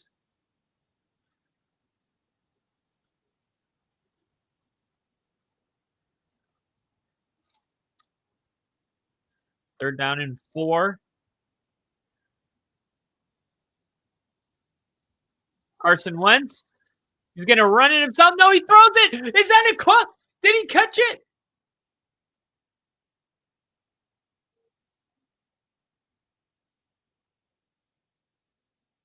They're going to say touchdown. Vikings. Xavier Scott. Did he get his feet in? I think he did. That's a great catch. He's in. 2 feet down. Yeah, that's in. That's a touchdown.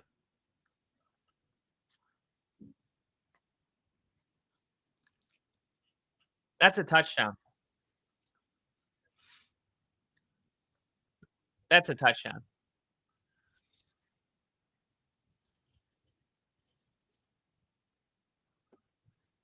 That's a touchdown. They're going to go for 2. I love this. Better to know now whether you need a field goal and a 2-point conversion or 2 touchdowns. Here we go. Quick throw. Caught. 2-point conversion's good. It's a 10-point game. 14-24.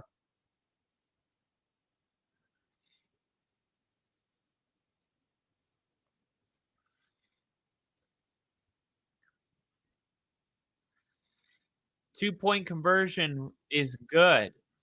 And there is life in Dublin for the Vikings. 12 turns into 14. And it is 14-28. What a game. What a game this has turned into.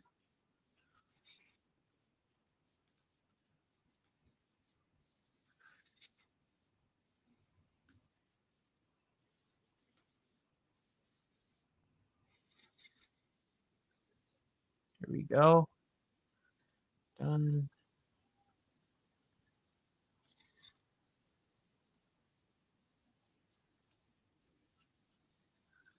Recent screenshot. 11 at 9.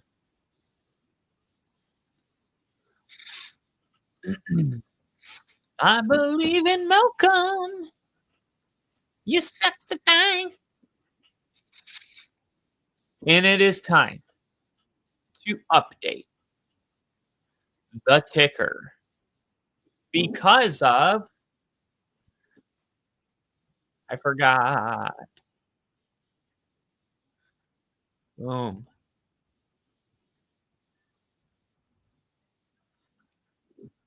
All right, we're done with that. Boom.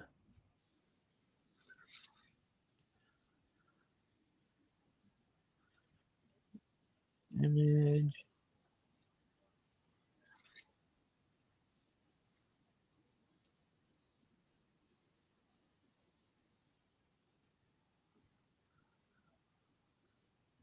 Boom.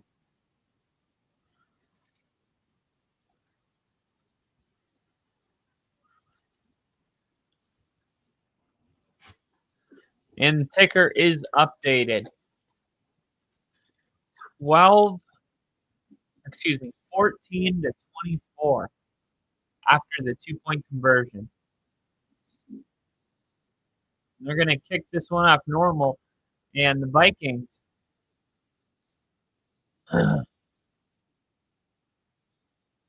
need a quick stop. We got KC in the chat. Hey, guys, who you got? Well, it's looking like the Steelers are going to win, but I think the Vikings are going to rally and make it a game. They definitely need a quick 3 and out here.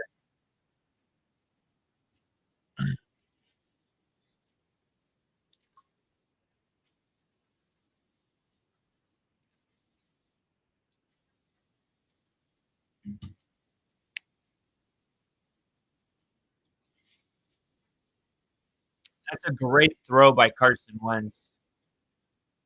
Just a great play by Carson Wentz. When they needed a touchdown, he came through. 14-24. We'll see how conservative the Steelers play this. They're going to run it on first down.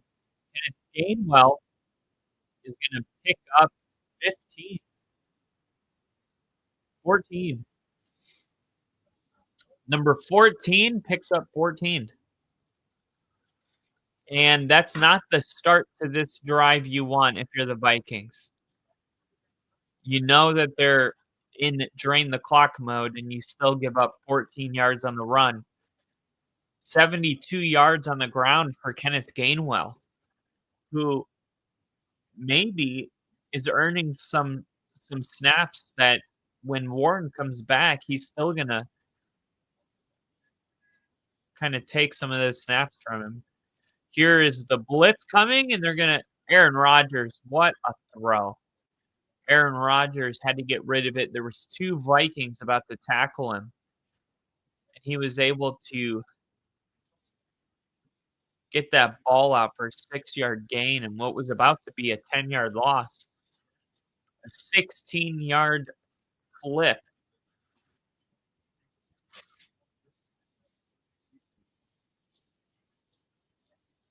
Those are the plays right there that the Steelers couldn't make last year with Russell Wilson. This is one of the reasons that I took the Steelers to win the North. I felt like last year in a lot of games they won in spite of a lot of their quarterback play. I thought if Rodgers can just come out here and sustain drives, not play hero ball, just don't make bad mistakes, don't take a bunch of sacks, get the ball out quick, the Steelers are going to win 85% of their games. And it's what we've seen so far. Rodgers not really taking a lot of risks with the ball, being real safe. 3rd and 1 here. They're going to run a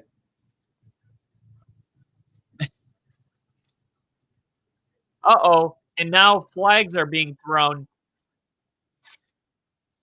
They're going to call this.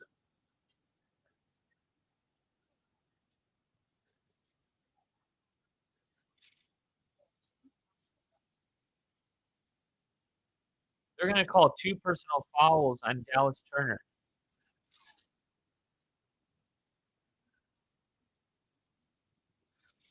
He's going to get ejected potentially.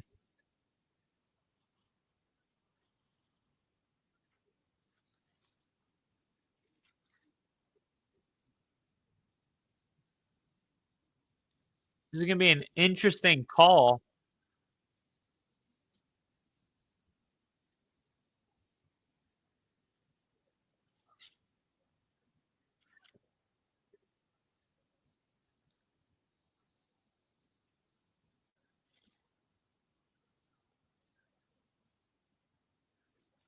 Wow.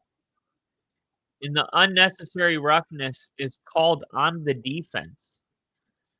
So now it's looking like the best thing the Vikings can do is hold them to a field goal, get a quick touchdown, and make it a one-possession game.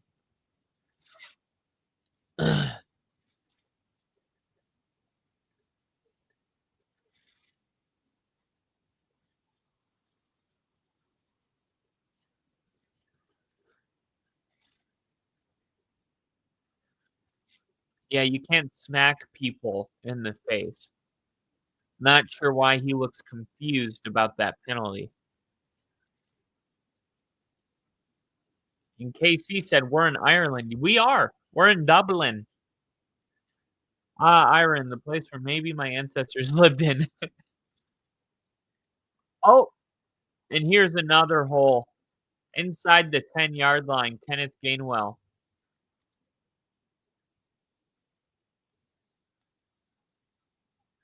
And Kenneth Gainwell looks like somebody worth picking up.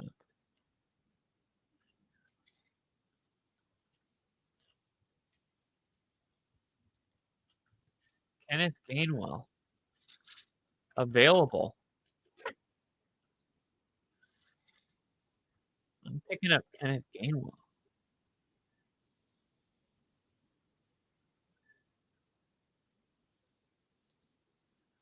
Back to the ground. Kenneth Gainwell.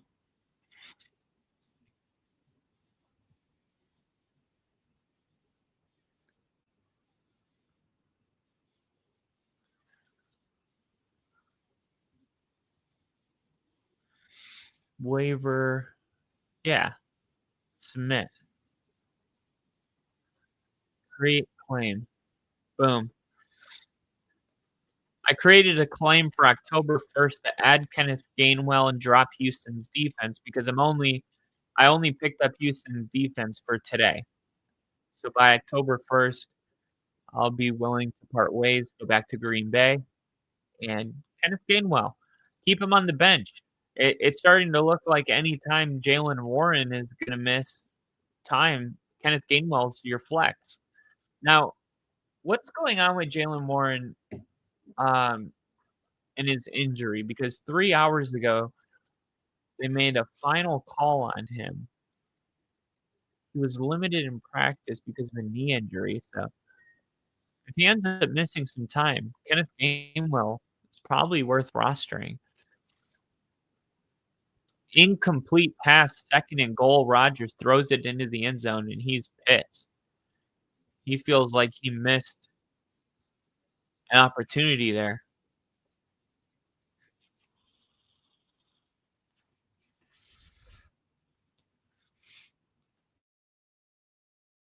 Rodgers like a statue signaling first down. I'm gonna play behind you.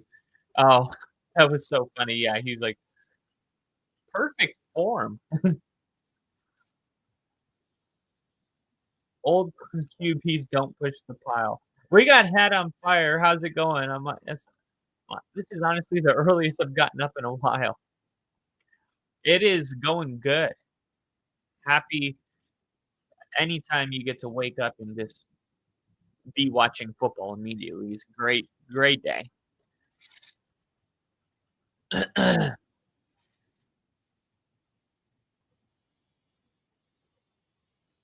4th and goal.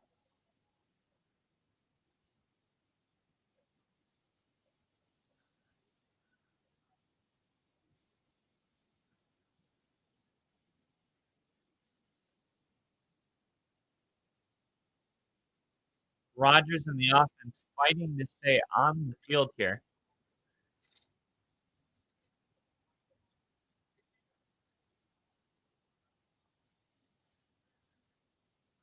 They're staying on the field.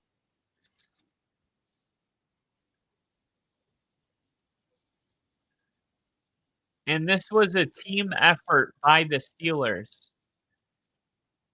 They collectively decided that they were going to protest Mike Tomlin's decision. And Mike Tomlin said, well, at least they did it as a team. Here we go. Ball snap. It's a handoff. Gainwell, he's going to be short. So why run it on 4th and goal from the 5?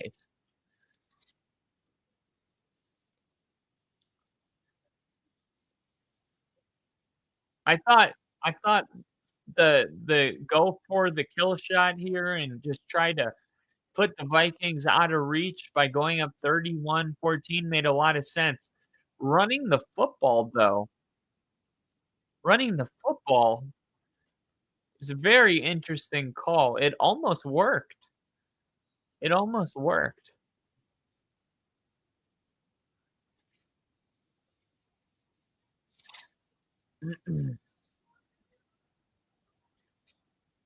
Here we go. Under center. They got to go 99 yards. They're going to run it, and Jordan Mason's going to get 5 yards on 1st down. They get some breathing room here. And they got to go quick. No huddle. Here we go. 2nd and 4. They got to go quick. It's looking like an onside kick if they can't score in the next minute and 40 seconds. They still have 1 timeout. The 2-minute warning. Quick throw. Jefferson caught. They got to go. 3:30. Got to go. Are they huddling up?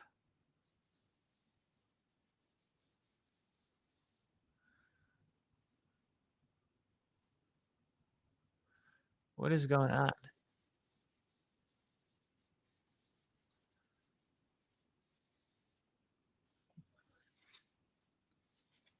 Little E, 29 years old on Friday. Steelers dub would be a great start. Happy early birthday, Lil E. Me and KC say happy birthday.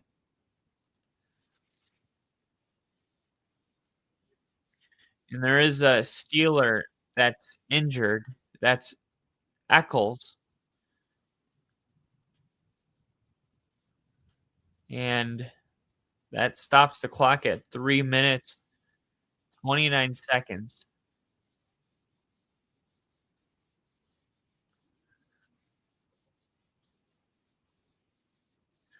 TJ Watt.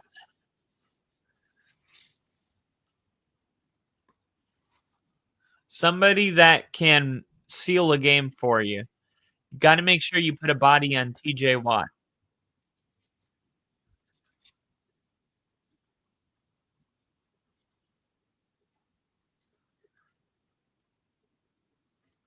Adam Fire says, happy birthday, Lil E. We all say happy birthday.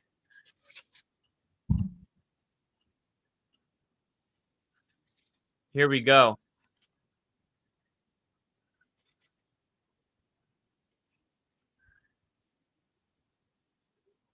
Shotgun, Carson Wentz looking to throw, firing deep downfield, wide open. Jordan Addison down the field, 20, and he goes down at the 1-yard line.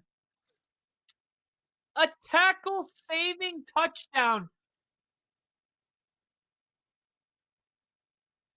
That's going to cost them 25 seconds, that tackle, because they got to run and get set. They got to go 90 yards now. And they're going to run it here. Jordan Mason tackled. And now they got to run another play. That tackle's turning into an entire minute coming off the clock. They got to go quick. They only got one timeout. They got to score before the 2-minute warning at least. They got to go. They got to go. What are you guys doing? Go. What are you doing? You can't spend that much time, dude. No sense of urgency. Let's go. Wentz. Incomplete. And now it's down to 2:16. That 45 seconds has come off the clock because of that tackle.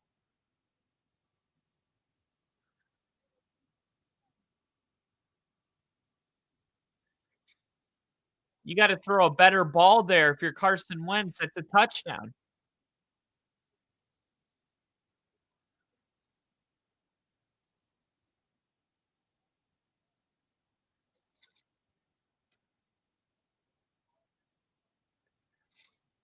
Carson Wentz, oh my gosh, almost threw an interception. Now it's 4th and goal. In the Vikings, who had a touchdown. That touchdown saving tackle just changed everything. Carson Wentz just a very bad series of events here. Staring down his receiver on this play. The play before doesn't throw it to the outside shoulder. He throws it to the inside shoulder. Had a touchdown on that play. 4th and goal. They're going to fake the handoff. Carson Wentz, touchdown. And Naylor nearly dropped it. But at least they score a touchdown before the 2-minute warning. So they have a timeout. They have the 2-minute warning. And they're only going to need a field goal to tie the game. So this is all doable. You can kick the ball off normal. They're going to run the ball. You got to call your timeout. They're going to run it again. You got the 2-minute warning. They're going to probably run it again. 45 seconds is going to come off the clock. But if you play your cards right, you're looking at having about a full minute left with no timeouts to get in field goal range for Will Rickards, who can nail a 55-yarder no problem. Now, there's been a blocked field goal in this game already, but that was the Vikings who blocked it. So here we are, 21-24. KC said some injuries look like a simple fall. I guess it's combined wear and tear thing. Yeah, and sometimes the worst injuries are no contact injuries. Just that wear and tear, like you said, you're putting a lot of pressure on your body and your ligaments, and sometimes your body just can't take it.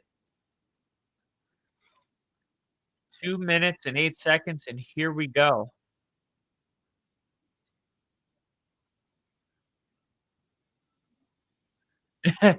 It's weird that I'm in front of somebody for the first time.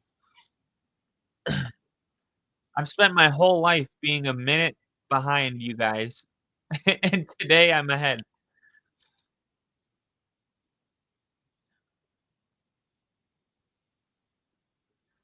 They're gonna attempt an onside. I don't understand why. Why? I mean,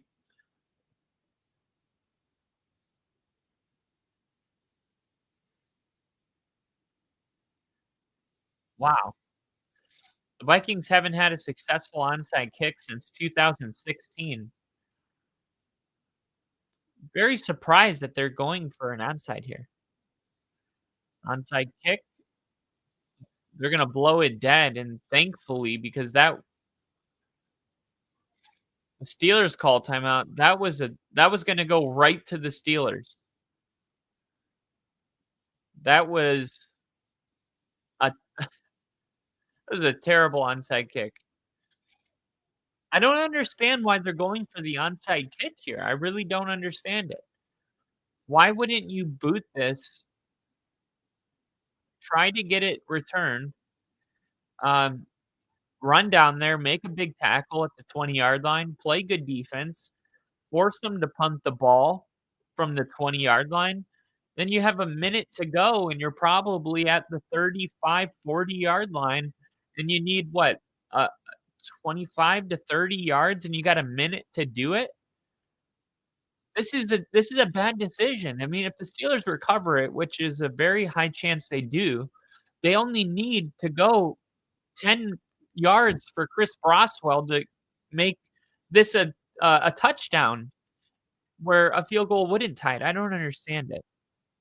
And the Steelers recover it, of course. What is the thinking here? I don't understand this. Why are they doing that?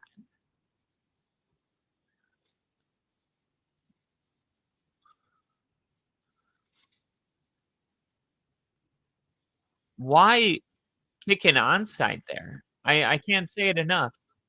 I don't understand it.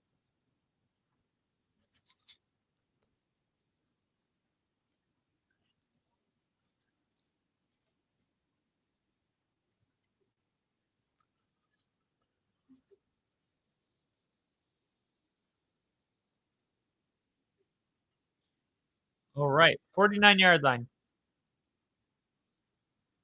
4 yards to the 2-minute warning. 1 timeout left for the Vikings. And we'll go to commercial there. And time to update the ticker.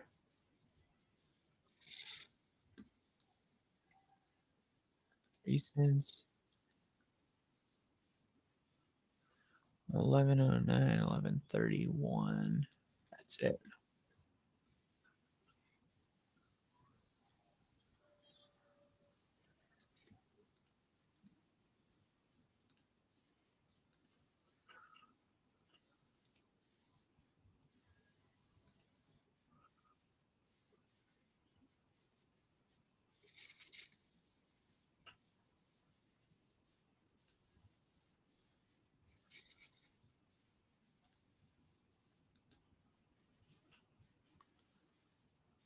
The image, choose recents. There we go.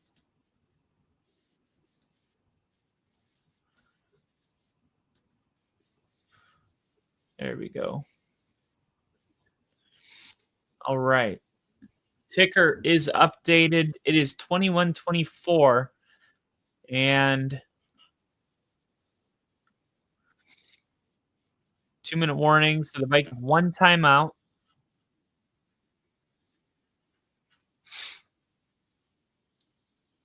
I guess this is the thinking of the onside kick. I've had some time to think about it. The Vikings are saying, look, you kick the onside, you have a chance to recover it. Okay, no problem. If we have a full minute, we feel confident that we can go, 45, 50 yards. So because of the time, we feel confident that we can do it. If we kick it off normal and they get a first down, the game's over anyway. So if we do the onside kick and they pick up the first down, the game's over anyway. And if they don't pick up a first down, they're not in field goal range. So they're punting it either way. So why not go with the upside of recovering the ball? I think that's the thinking here. Either way, you can't give up a first down. They're going to run it here again, and Gainwell's going back and stays in bounds somehow. The refs, did his toe go out? Look at Aaron Rodgers became a lead blocker here.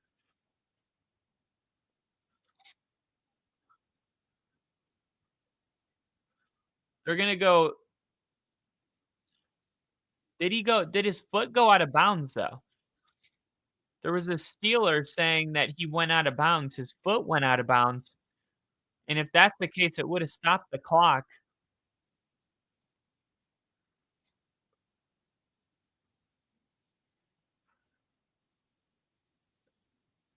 Okay, so the Steelers are gonna go 2 plays here. They're going 2 plays here. If they don't pick it up here, they're gonna go for it.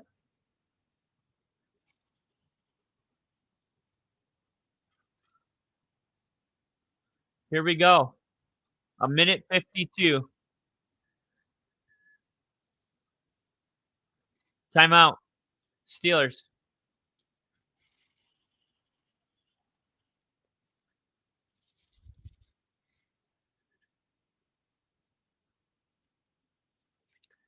Aaron Rodgers is thinking, "Hey, let me do what I do. I'm trying to get him to jump."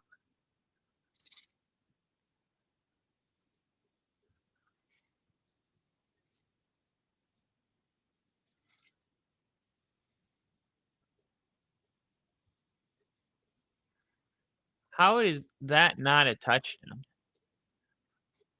I mean, and of course, Peyton Wilson makes the game-saving tackle for the Steelers. Maybe the game-saving tackle, but look at Elliott standing there going, "What the heck?" Here we go, 3rd and 1.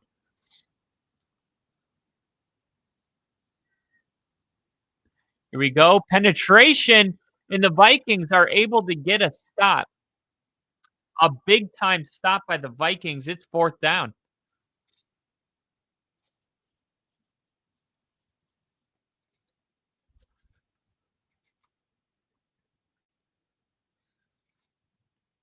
Pittsburgh's got 20 seconds to decide what they're gonna do. 1 play to ice the game, and this game, as I said, was gonna come down to the very last minute, and here we are. 4th and 1, game on the line. Steelers need 1 yard. Delay a game. Wow. Wow. You get half a yard and the game's over, and the Steelers are punting now. Now it's 4th and 6. How does this happen? You had 45 seconds to know that you were gonna run the ball for a half yard to win the game. And now you're gonna punt the ball with 1 minute, 8 seconds? And look, like I said, this was the thinking of Kevin O'Connell. It was if we give up the first down, the game's over. At least we force them to punt. And now here's the punt. And this one is gonna go way into the back of the end zone, not even an opportunity to pin them deep. So you got 20 seconds. I mean, 1 minute in 1 second. The ball's on the 20-yard line, and this is what the thinking was from Kevin O'Connell is, look, we can get in field goal range in 1 minute, 1 second. Let's go with the upside of potentially recovering this onside kick. And it didn't make a ton of sense at the time, but I understood it after kind of pondering for a minute. You could still make an argument that it wasn't the right call because of field position, but the fact that the Steelers couldn't pin him deep rescues them from that. Taking a throw, intercepted. We got to make sure he was in bounds, but an interception on the first play. Did he have his feet in? I don't know if he did. I don't know if he had his feet in bounds. They're going to have to confirm this, obviously.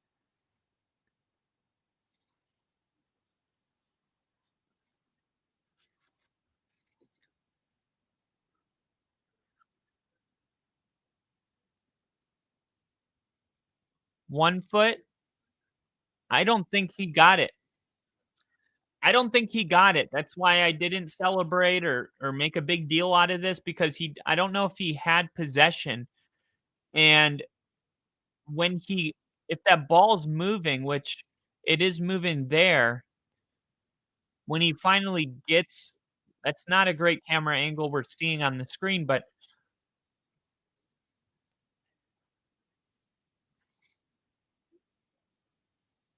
does he have full possession though? Right there? If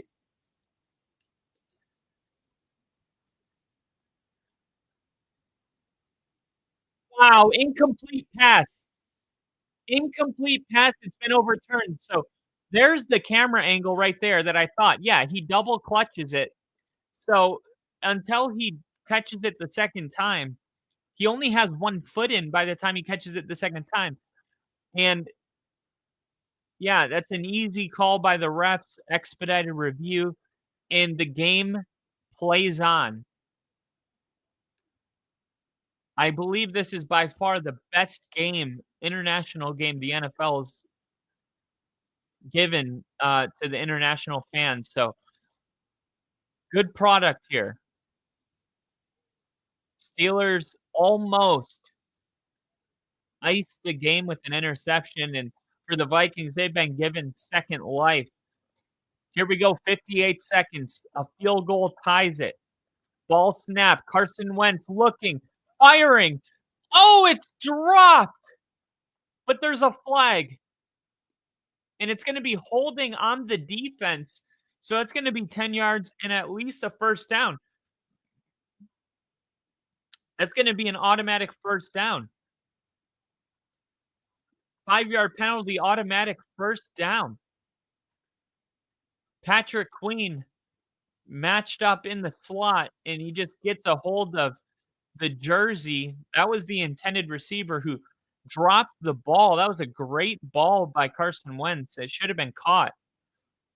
But the holding penalty is going to give him a first down, and that's huge because it was going to be 3rd and 10. When you get into a situation where you got to convert and it's 4th down. So here's a first down, a crazy jump off the line. TJ Watt, and another flag comes out, and now TJ Watt jumped off sides. It looked like TJ Watt jumped off sides to me. And it is a neutral zone infraction. It was pretty clear TJ Watt jumped. Now, he's got one of the best jumps in the league, but even so, this one was a little early. You see TJ Watt at the bottom of your screen. That actually looks really close. I would have to see that again. I would have to look again. Sometimes Von Miller used to get those penalties when it's perfect. Here we go. Carson Wentz drop back, looking, firing, and it's going to be caught, and he gets out of bounds. That's Scott with the first down. Carson Wentz trying to get the grass out of his helmet. Sometimes you just got to let it go, buddy. Will Reichard, you see what he did last week? Just squeaked it in the upright against the Bengals, but that was from what, 64? 63? So they really just need about 15 to 20 more yards. They got 43 seconds to do it. Justin Jefferson, he is without a catch on this final drive. Let's see if they go find him. Carson Wentz trying to roll, and he just throws it. That's going to be intentional grounding. He wasn't out of the pocket. No receiver in the area. There has been no flag thrown.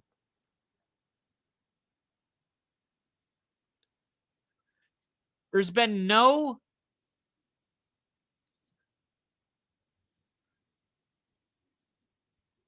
flag. Okay, now they're calling it. So they've been showing the replay. They didn't. A 10-second runoff.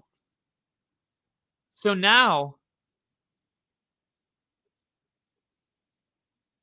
there's 27 seconds. And this reminds me of the Bills game, right? Justin Jefferson, maybe the best catch I've ever seen, where he just goes up with one hand and makes a remarkable play. They put 1 second back on, 28 seconds. You got to find a way to give Justin Jefferson a chance. He's your best player. Throw him a ball. Throw him a ball.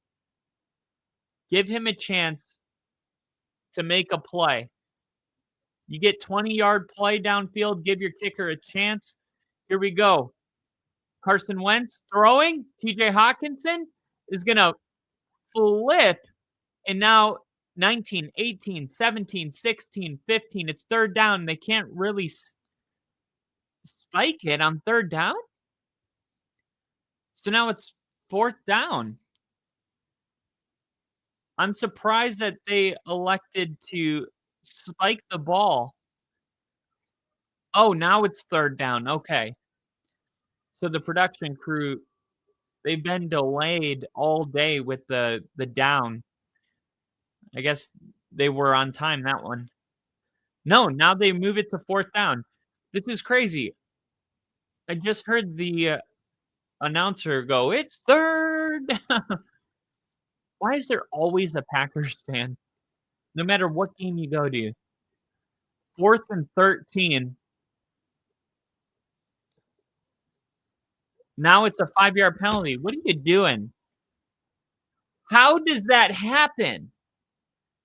How do you go from not being able you should have never been in a situation where you were spiking the ball on third down.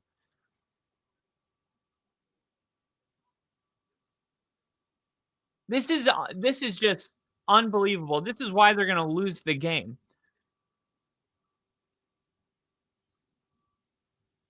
I mean, what are you doing? The urgency hasn't been there today. Here we go, 4th and 18. You got to give Justin Jefferson a chance. Throwing it, and it's incomplete, and it was intended for Jordan Addison. How does Justin Jefferson not get targeted on that entire series? How does that happen? Justin Jefferson doesn't get a target. That is unexcusable. You got one play, and you got to you got Justin Jefferson, Peyton Wilson's lined up against them. You got a linebacker on Justin Jefferson. And you throw that ball to Jordan Addison with 3 Steelers surrounding him? I don't understand it. I don't understand the decision to spike the ball on third down, to then have a delay of game penalty, to then throw a triple coverage ball to Jordan Addison with the game on the line. But the Steelers come away with a victory. Aaron Rodgers chucks a ball into the audience, and a fan out there gets a souvenir, and the Steelers improve their record to 3-1, and the Vikings fall to 500. A very disappointing ending to the game if you're a Vikings fan, because your defense gave you a chance. The Steelers, by not going for it on 4th and 1, then getting a delay of game, I felt like the Steelers gave the Vikings a chance to win this game as well, and they couldn't capitalize on it because they didn't give their best player an opportunity to make a play. They didn't have a sense of urgency. They continued to have flags. You spike the ball on third down, then you have a delay of game, making it 4th and unmanageable, and then you don't even throw it up to your best player.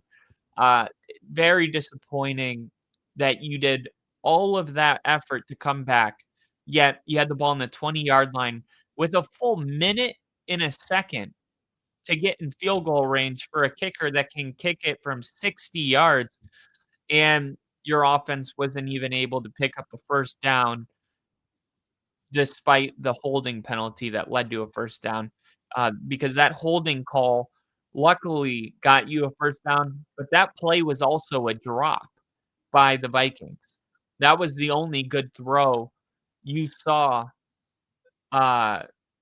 you saw Carson Wentz make on that final series altogether. So definitely a good win, but man, Edub says just when things can't get any more dramatic. Wow. Wentz sucks. Hate to admit it. Game over. The oversized Irish lady is singing a limerick. Steelers will be doing the jig out at the local pub after this.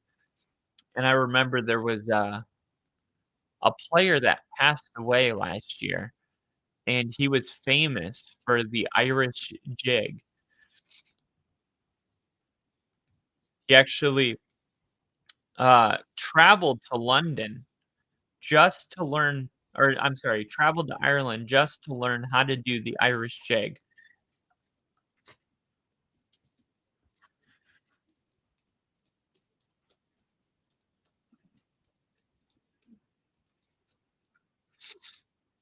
Man, and it was Alex Collins. I don't know if you guys remember Alex Collins. He was famous for hitting the jig after the win in Ireland, and Alex Collins.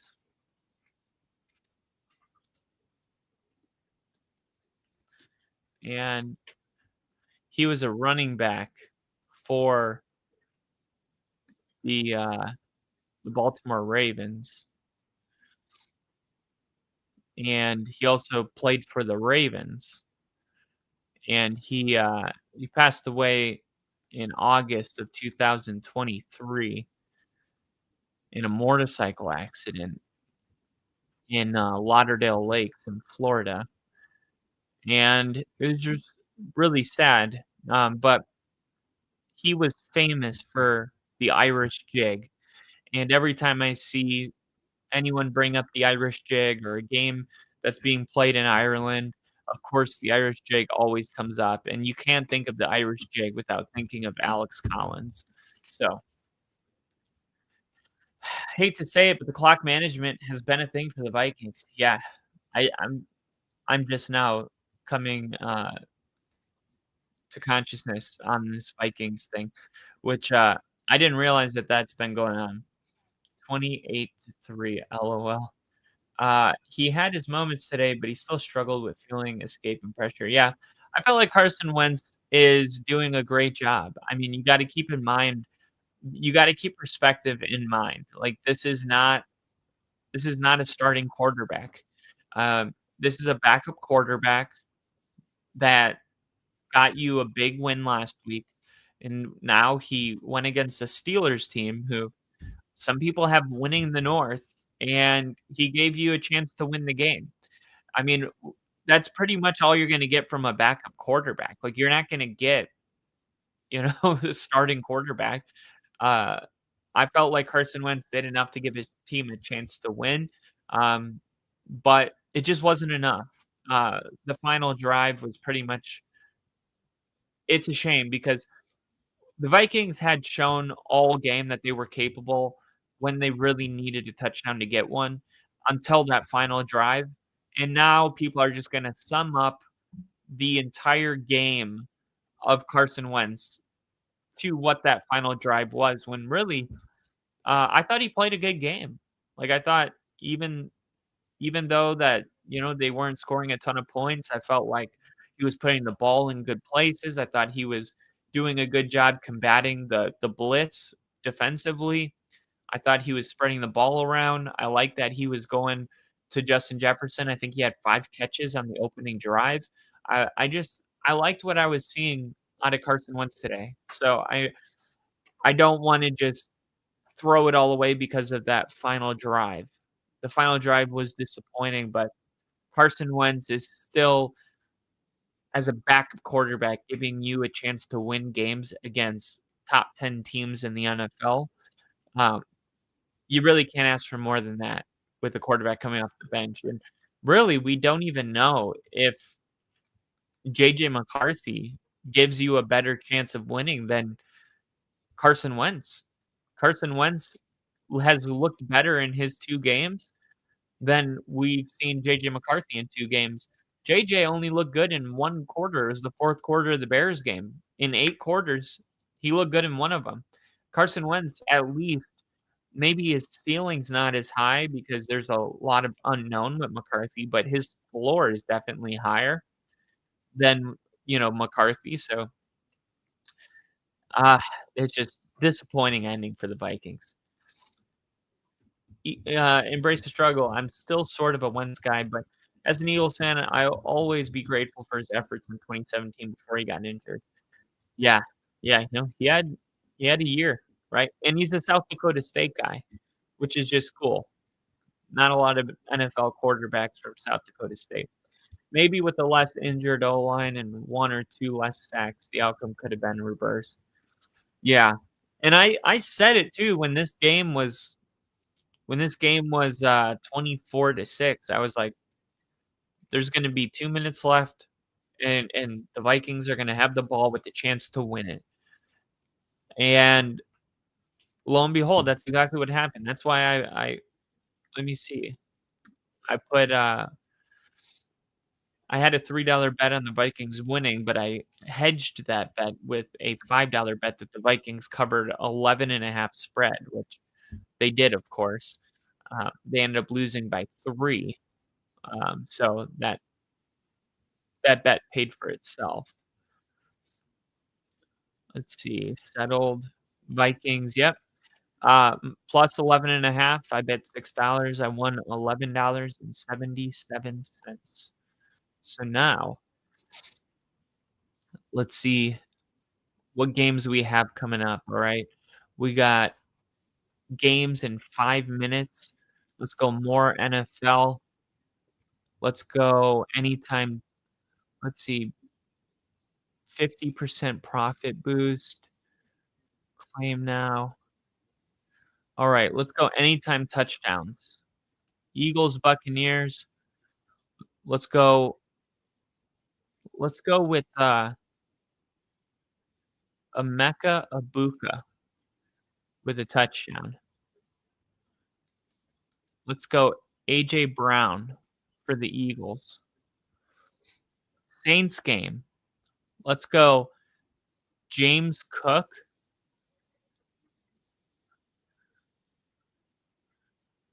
Give me a Dalton Kincaid touchdown. Browns, Lions. Give me a David Montgomery. Let's go. Titans, Texans.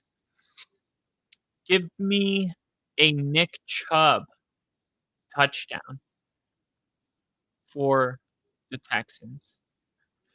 No, I'm taking that off. I don't want that. I don't want anything to do with that. Chargers, Giants, Omari and Hampton touchdown. I'll take that. Commanders, Falcons. Give me a Bijan Robinson. He's not staying out of the end zone 2 weeks in a row.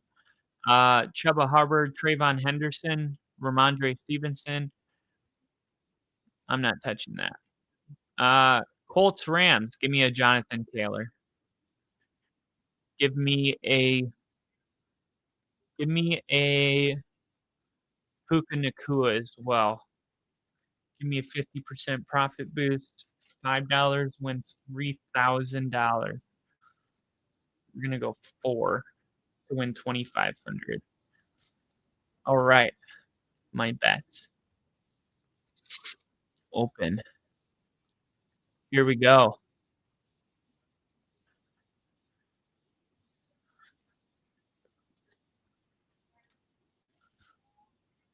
Go crop.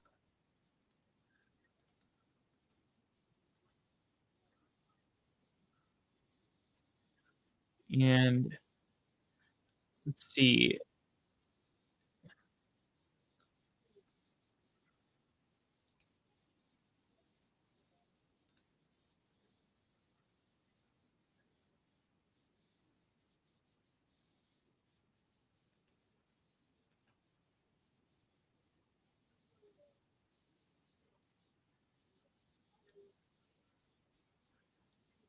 Steelers are going into the bye week. Here we go.